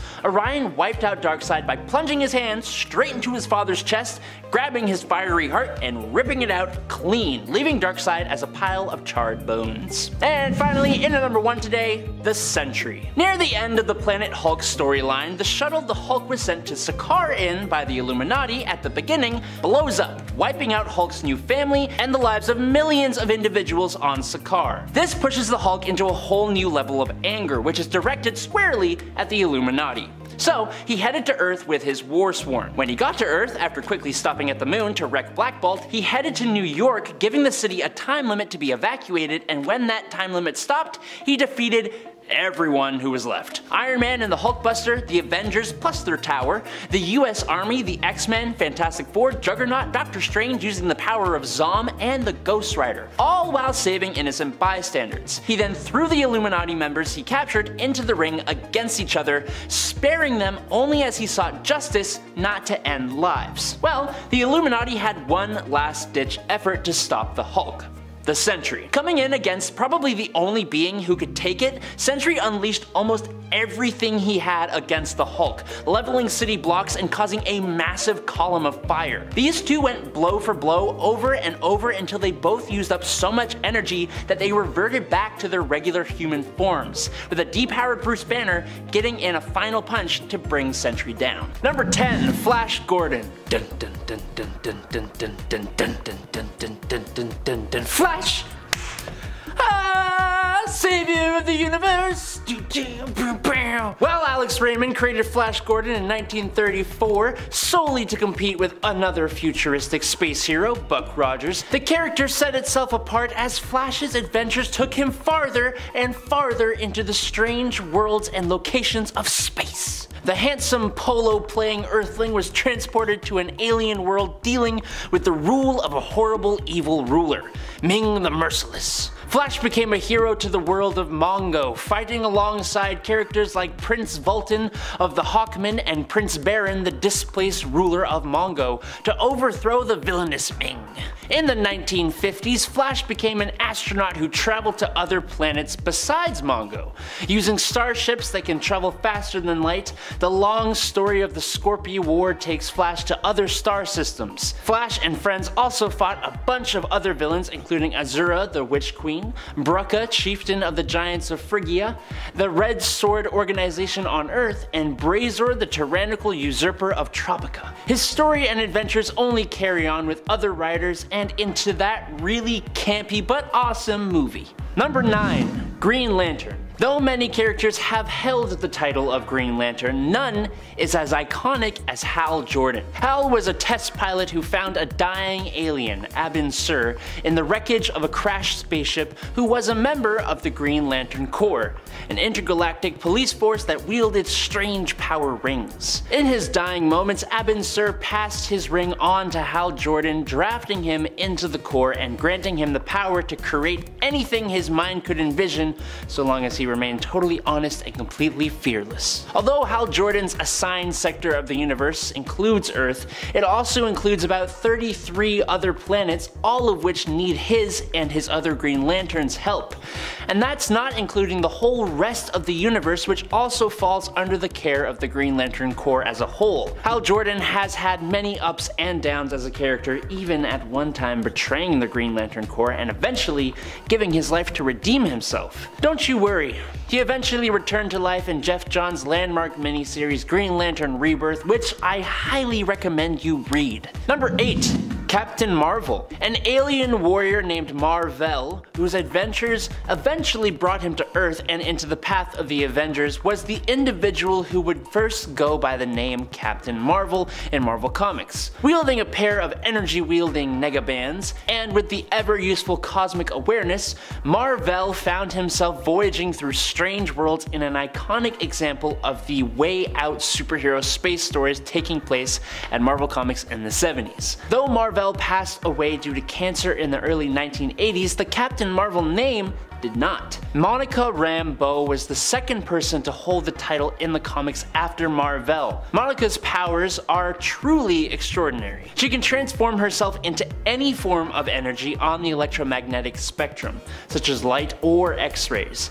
She can also use that energy to fly through space at the speed of light, generate energy beams, become intangible, and more. She was even powerful enough to stop the symbiote god Null during his first invasion. The most recent holder of the Captain Marvel title, however, would be Carol Danvers. She began her career as Miss Marvel in 1977's Miss Marvel #1 after meeting Mar-Vell in 1968's Marvel Superheroes #13, and he exposed her to the energies that transformed her into a human Kree hybrid.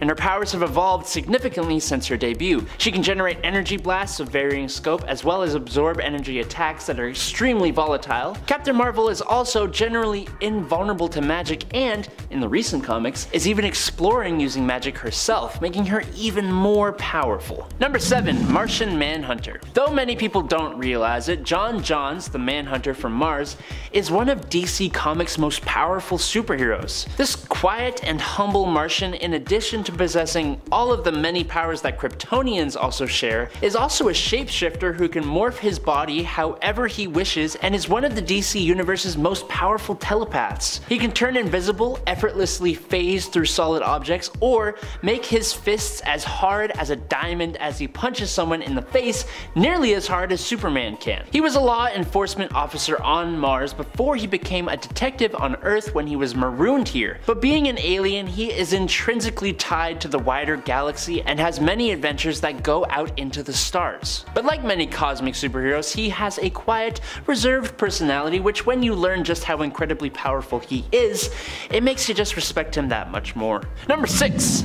Silver Surfer. Silver Surfer has a pretty iconic internal fight. The constant struggle between responsibility and morality in a universe where evil is often more necessary than good. Sorry, I read that quote while I was making this video and gosh, it's just so good. The Surfer was originally Norrin Radd, an astronomer from the planet Zen-La. When Radd discovered that Galactus, the Devourer of Worlds, had come to devour Zen-La's life force, Radd struck a deal with the cosmic entity to seek out uninhabited planets that Galactus could consume. Eventually, Galactus became aware of Earth and set out to make it his next meal. The Surfer arrived just in time to warn the Fantastic Four of Galactus' arrival, which was what initiated his initial reveal into the universe universe of Marvel in Fantastic Four number 48 to 50, and started a great relationship between the Surfer and the superhero family. The Silver Surfer's adventures often center on philosophical conundrums as much as physical challenges, and Stan Lee has used the Surfer as a vessel to express some of the writer's own worldviews. As for his powers, he is in possession of the power cosmic, which granted him both power projection and absorption, as well as a degree of matter manipulation and even soul manipulation, among many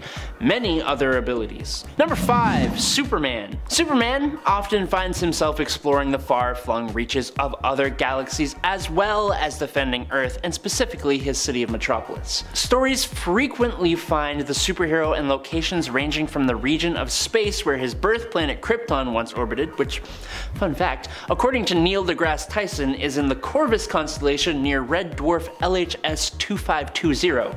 In case you wanted to know that, I don't know. 2. Planets like New Genesis and Apocalypse, the twin home of the New Gods. Stories have seen him holding black holes with his hands, moving solar systems, punching death, and he broke Highfather's staff out of the Source Wall, which is the barrier between us and the unifying force of the universe. Which my puny brain cannot really even comprehend what that means, so we're just gonna carry on. Okay. Number 4.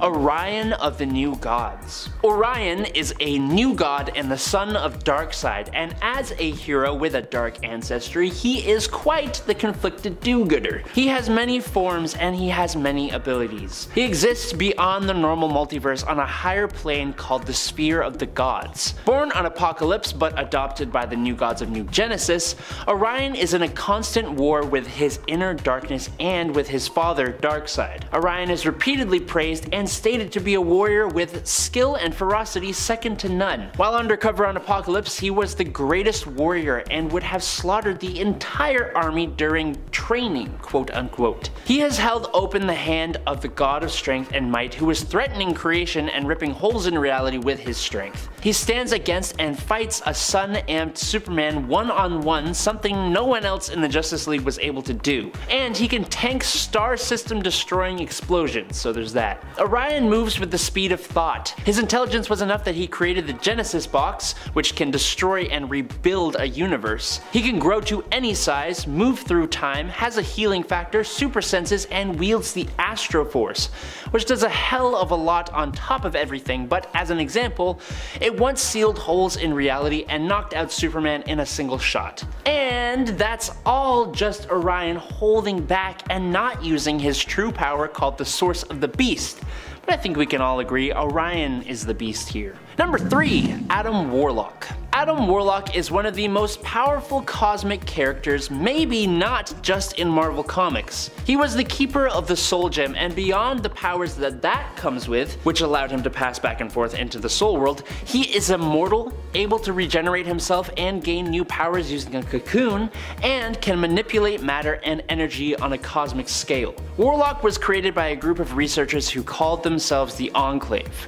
Their goal was to create the perfect human being, the pinnacle of future human evolution. The creature they had created emerged and immediately sensed that something was not quite poppin' with his creators. They wanted to use him for evil, so he escaped and became Space Jesus in the Marvel Universe, and there is no other appropriate title for him. I don't care what you say. He has destroyed and rebuilt reality, is the avatar of life, and has even become the living tribunal, otherwise known as the Judge of the Universe. Number 2. Divinity from Valiant Comics. Abram Adams, otherwise known as Divinity, is an incredibly powerful godlike hero who appears in Valiant Comics. He's a lot like Watchmen's Dr. Manhattan, who may be coming up later, I don't know. His power is so great that he is basically a god. Knowing full well the impact his actions could have, he doesn't really involve himself in human level issues, letting us instead learn from the mistakes we naturally make, which we rarely seem to do. Abram came into his power after joining the army of the Soviet Union and taking on a 30-year-long mission into deep space. Abrams and his partners came upon a planet at the end of the galaxy, or beyond, called the Unknown. After removing his helmet, Abram Adams breathed in the air of the unknown and was changed. The powers bestowed upon divinity are as such: chronokinesis, which is the ability to manipulate time, forced evolution and de-evolution, energy manipulation, molecular manipulation, reality warping, flight, solar flare and heat vision, telepathy. He has super senses, can survive in space and other vacuums. Not vacuum cleaners, but I'm sure he'd do fine inside one of those too. And in case you haven't guessed it, he is also immortal. I think of all the heroes on this list, divinity is easily one of the most powerful. But no, number one. Number 1, Dr. Manhattan. After he was destroyed and reconstituted from the atomic experiment gone wrong, John Osterman, also known as Dr. Manhattan, has no need for food, sleep, or oxygen and no longer ages. He has nigh omniscience and possesses an understanding of the workings of the universe on a cosmic scale, which puts him comfortably in this list. But more than that, he has reality warping and matter manipulation powers, allowing him to end literally everything if he wants to, which he foresaw himself doing, so he obviously has precognition even as far as a millennium into the future, and he can even see alternate possible futures. He has causality and time manipulation, which allowed him to return the metaverse to how it was before the interference and remove 10 years from the universe's timeline, creating the New 52 in DC Comics. In a crazy show of power, John experiences all the reboots in DC continuity, and yet he remains unaffected, and additionally, John exists in every timeline all at once, meaning that he has duplication and dimensional travel abilities as well. He possesses elemental manipulation, creating a ring of blue fire, producing an oxygen field, creating water, and producing electricity. He can phase through things, create human life, make plants grow. He has instantly analyzed and learned magic after being attacked with it, and absorbed energy from a Green Lantern ring, and even absorbed magical attacks. Dr. Manhattan is basically a cosmic god. So, number 1. In at 10, Ego. When the mysterious cosmic being known as the Stranger visited his home star in order to conduct an experiment that would eventually cause it to go nova and destroy the twin planets orbiting it, the scientist named Egros started to work on a way to save his race from the impending doom. On the eve of destruction, Egros had his people moved to bunkers that he had set up at the planet's core to protect them, but things began to go downhill when the sun went nova earlier than expected. With no time left to seal the chambers and assure the survival of his race, Egros tried in vain to reach the underground vault before the solar shockwave could hit him. However, this was not the end for him. Egros was soon merged with every living thing destroyed by the sun, including his race, so that's how the Stranger made Ego the living planet. A second living planet, also known as Alter Ego, was created by the Stranger as well under unknown circumstances and then given to the Collector. But I mean, come on, a living planet? That's weird. That's weird. In at 9, the Batman Who Laughs. The story of Batman from Earth -22 is not much different from that of any other version of Batman. When he was a boy, Bruce Wayne watched his parents get killed in an alleyway, vowing to take vengeance against crime. He trained for years to become the hero of Batman, fighting supervillains in Gotham City. But everything went sideways for this Batman when the Joker started a spree across Gotham, taking down everyone he could. The clown had discovered that he was dying from the same chemicals that turned him into what he was, and wanted to take everyone with him. He killed all of Batman's enemies, including the Penguin, Catwoman, Killer Croc, and the Ventriloquist, and the Joker also killed Commissioner Gordon, who had accidentally sprung an acid trap in his notebook that melted his face off. Barry Raiders. After destroying a hospital and recreating the scene of Bruce's parents' death in front of him multiple times, Batman finally lost his control and broke this Joker's neck. Unbeknownst to Batman though, the Joker had exhaled a toxin that he had contained within his heart that infected anyone close to him if he had died, which in this case was Batman. This caused Batman to snap and basically become the new Joker, which after he took over Earth -22 and then gained cosmic powers. So yeah, that's freaking nuts. Plus, this dude just looks crazy. He's like very, what's the one with the pinhead? Hellraiser. He's very Hellraiser if you look at him. He is. And it ate Chaos King. Amatsu Mikaboshi, revered as the deity of evil, chaos, and the stars in the Shinto faith of Japan, occupies a unique position in the cosmic hierarchy. Despite not being classified as Amatsu Kami, the primordial entity exists as an embodiment of ancient malevolence and was eternally imprisoned within Yomi, the Shinto underworld. Originating as an extension of oblivion, the cosmic force represented the void, preceding the birth of the universe. Amatsu Mikaboshi embodies the primordial darkness and chaos that predates creation itself. As a counterpart to eternity, its power was diminished upon the emergence of the universe, leading to its integration within Shinto cosmology. According to Shinto lore, though, during the time when Earth was an unformed void immersed in primordial darkness, Amatsu Mikaboshi held dominion over it. However, the elder deity of Gaia within the Marvel universe, taking the guise of Izanami, and the youthful Amatsu Kami known as Izanagi, wielding the divine jeweled spear, united to shape the islands of Japan and form the formless abyss. This act of creation ended the era of the Dark God, but I mean still, he exists within Marvel and is a villain, so how are you supposed to fight literal darkness? This is like Supernatural Season 9, okay? You're fighting God's sister, basically. That's how I see this, and that's nuts. That's insane. And it's 7, Bizarrenage. Bizarrenage has got to be my favorite Amalgam villain at this point, okay? Because I can't believe that I didn't know this existed prior to a couple of lists ago, okay? A combination of Bizarro and Carnage, for crying out loud, is like the best thing ever. Introduced in Spider-Boy #1 from 1996, Bizarrenage was made through a botched experiment at Project Cadmus in an attempt to replicate alien DNA. The white goopy creature they created went crazy and began destroying everything and everyone in its way. Then Spider-Boy arrived and battled him. So Bizarrenage wanted to be Spider-Boy, so he tried instantly to kill him, but was eventually defeated by getting tricked by Spider-Boy and sucked into an energy containment unit. This thing looks like if Anti-Venom was Carnage, and honestly, I could not be happier because this is such a badass character. I wish that there was more of him. I love it so much. Okay, I can't believe that this exists. This is so dope. I kind of want to cosplay this, if I'm not gonna lie, okay? There's not much about him, but he's still super sexy, because we all like some white goop. And it's 6, Annihilus. Annihilus is an interdimensional insectoid conqueror and tyrant hailing from the Negative Zone, a pocket dimension located on Earth 616. When Annihilus discovered the opposing force, the Negative Zone's counterpart of the power cosmic, after long years of failed quests, he finally had the power to fulfill his dreams. With an entity named Ravenous who wielded this power, he invaded the positive matter universe through a portal known as the Crunch. Many worlds and many heroes fell before the Annihilation Wave, and the Annihilation Wave was Annihilus's interdimensional invading force. It was an incredibly powerful force which laid waste to galaxies, slaughtering numerous worlds, and had captured or killed multiple cosmic beings. And Annihilus came close to accomplishing his goal of destroying everything, even taking several Galactus heads, but by that I just mean like heads of multiple versions of Galactus. However, he was ultimately unsuccessful, but he came even closer to winning and destroying reality in What If Annihilation Story, which I hope we get to see in the next season of the Disney Plus series,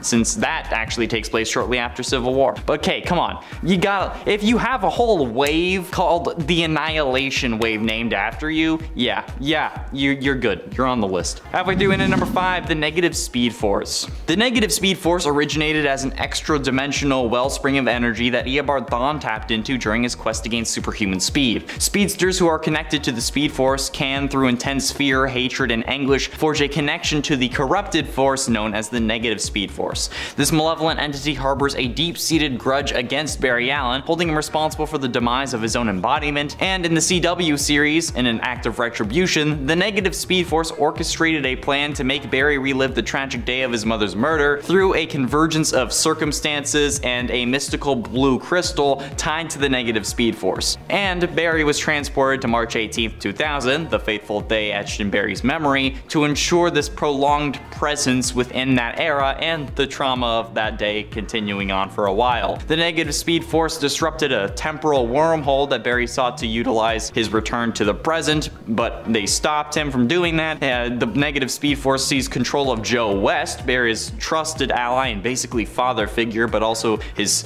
father-in-law, which is a whole other story. But the Negative Speed Force used Barry's friends to try and attack and destroy him, which is insane, okay? I honestly didn't expect the Negative Speed Force itself to be a villain, but hey, it happened. The show's in its final season. It's fine, it's allowed. And at 4, Ultron 1. This is probably the most insanely overpowered version of Ultron that we have ever seen before, and it's coming from the MCU no less. Oh, and spoiler alert for those who aren't caught up on the What If Disney Plus series, but I mean, it's been out for a while, so it's your own fault. The history of Earth TRN 906 was the same as the MCU until Ultron was able to secure what would have been Vision's body for himself. Ultron managed to download his consciousness into the synthetic body that he had created, thus killing the Avengers and decimating life on Earth. After killing Thanos and taking the Infinity Stones for himself, Ultron remakes the universe in his image. He decimated the Earth, absolutely wrecking everyone in it. He even killed Captain Marvel, Hulk, and Thor, and eventually discovered the Watcher and the multiverse. This version of Ultron literally sliced Thanos in half with the Mind Stone, which revealed that the biggest mistake that anyone made in the MCU was destroying the Mind Stone. But after gaining all of the Infinity Stones, he goes shot for shot with the Watcher, who is a literal cosmic entity that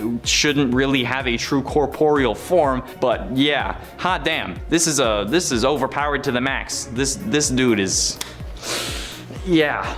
Getting close to the end, in at number 3, Mr. Mxyzptlk. Mxyzptlk possessed reality warping powers, with which he enjoys tormenting Superman, or making life difficult for him. But I mean, come on, okay? This dude's getting on this list. His portrayal has been varied, with him being an outright supervillain sometimes, an anti-hero others, but in most of Mxyzptlk's appearances in DC Comics, he can be stopped by tricking him into saying or spelling his own name backwards, which sends him back to the 5th dimension. Yeah, I'm not even kidding. And then he has to stay there for at least 90 days. That's 3 months, bro.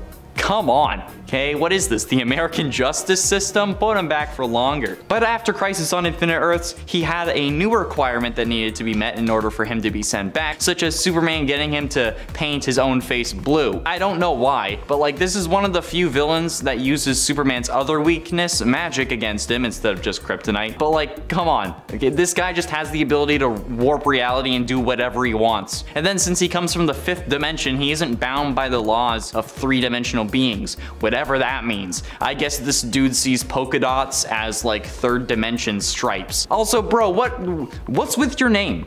Okay, I get that it's supposed to be hard to say, so that it's hard to say backwards, but cut a guy some slack. You're not Rumpelstiltskin, okay? Just chill. But ultimately, in at number 2, Galactiac. A combination of Brainiac and Galactus, the seemingly ageless entity known as Galactiac is the ultimate synthesis of mind and machine. He traverses the farthest reaches of space within the Amalgam Universe, draining the lifeblood of planets in order to recharge his energy cells. But Galactiac does not completely obliterate the planets that he raises. Rather, he always miniaturizes a section of each planet to preserve and to study. Ben Grimm from the Challengers of the Fantastic attempted to destroy Galactiac's machinery, but Grimm's actions merely succeeded in gaining Galactiac's attention and arousing his wrath. Galactiac used his cosmic powers to transform Grimm into the monstrous four-armed thing, which was a mindless minion devoted entirely to Galactiac. Meanwhile, the Guardian had transported Johnny Stormtrooper into the body of the Galactiac in order to destroy the planet-devouring menace from within, which is just nuts. His first appearance was in the Challengers of the Fantastic #1 in 1997, and honestly, this is one of the scariest beings in the Amalgam Universe. Okay? Brainiac and Galactus are already powerful on their own, but combined, sweet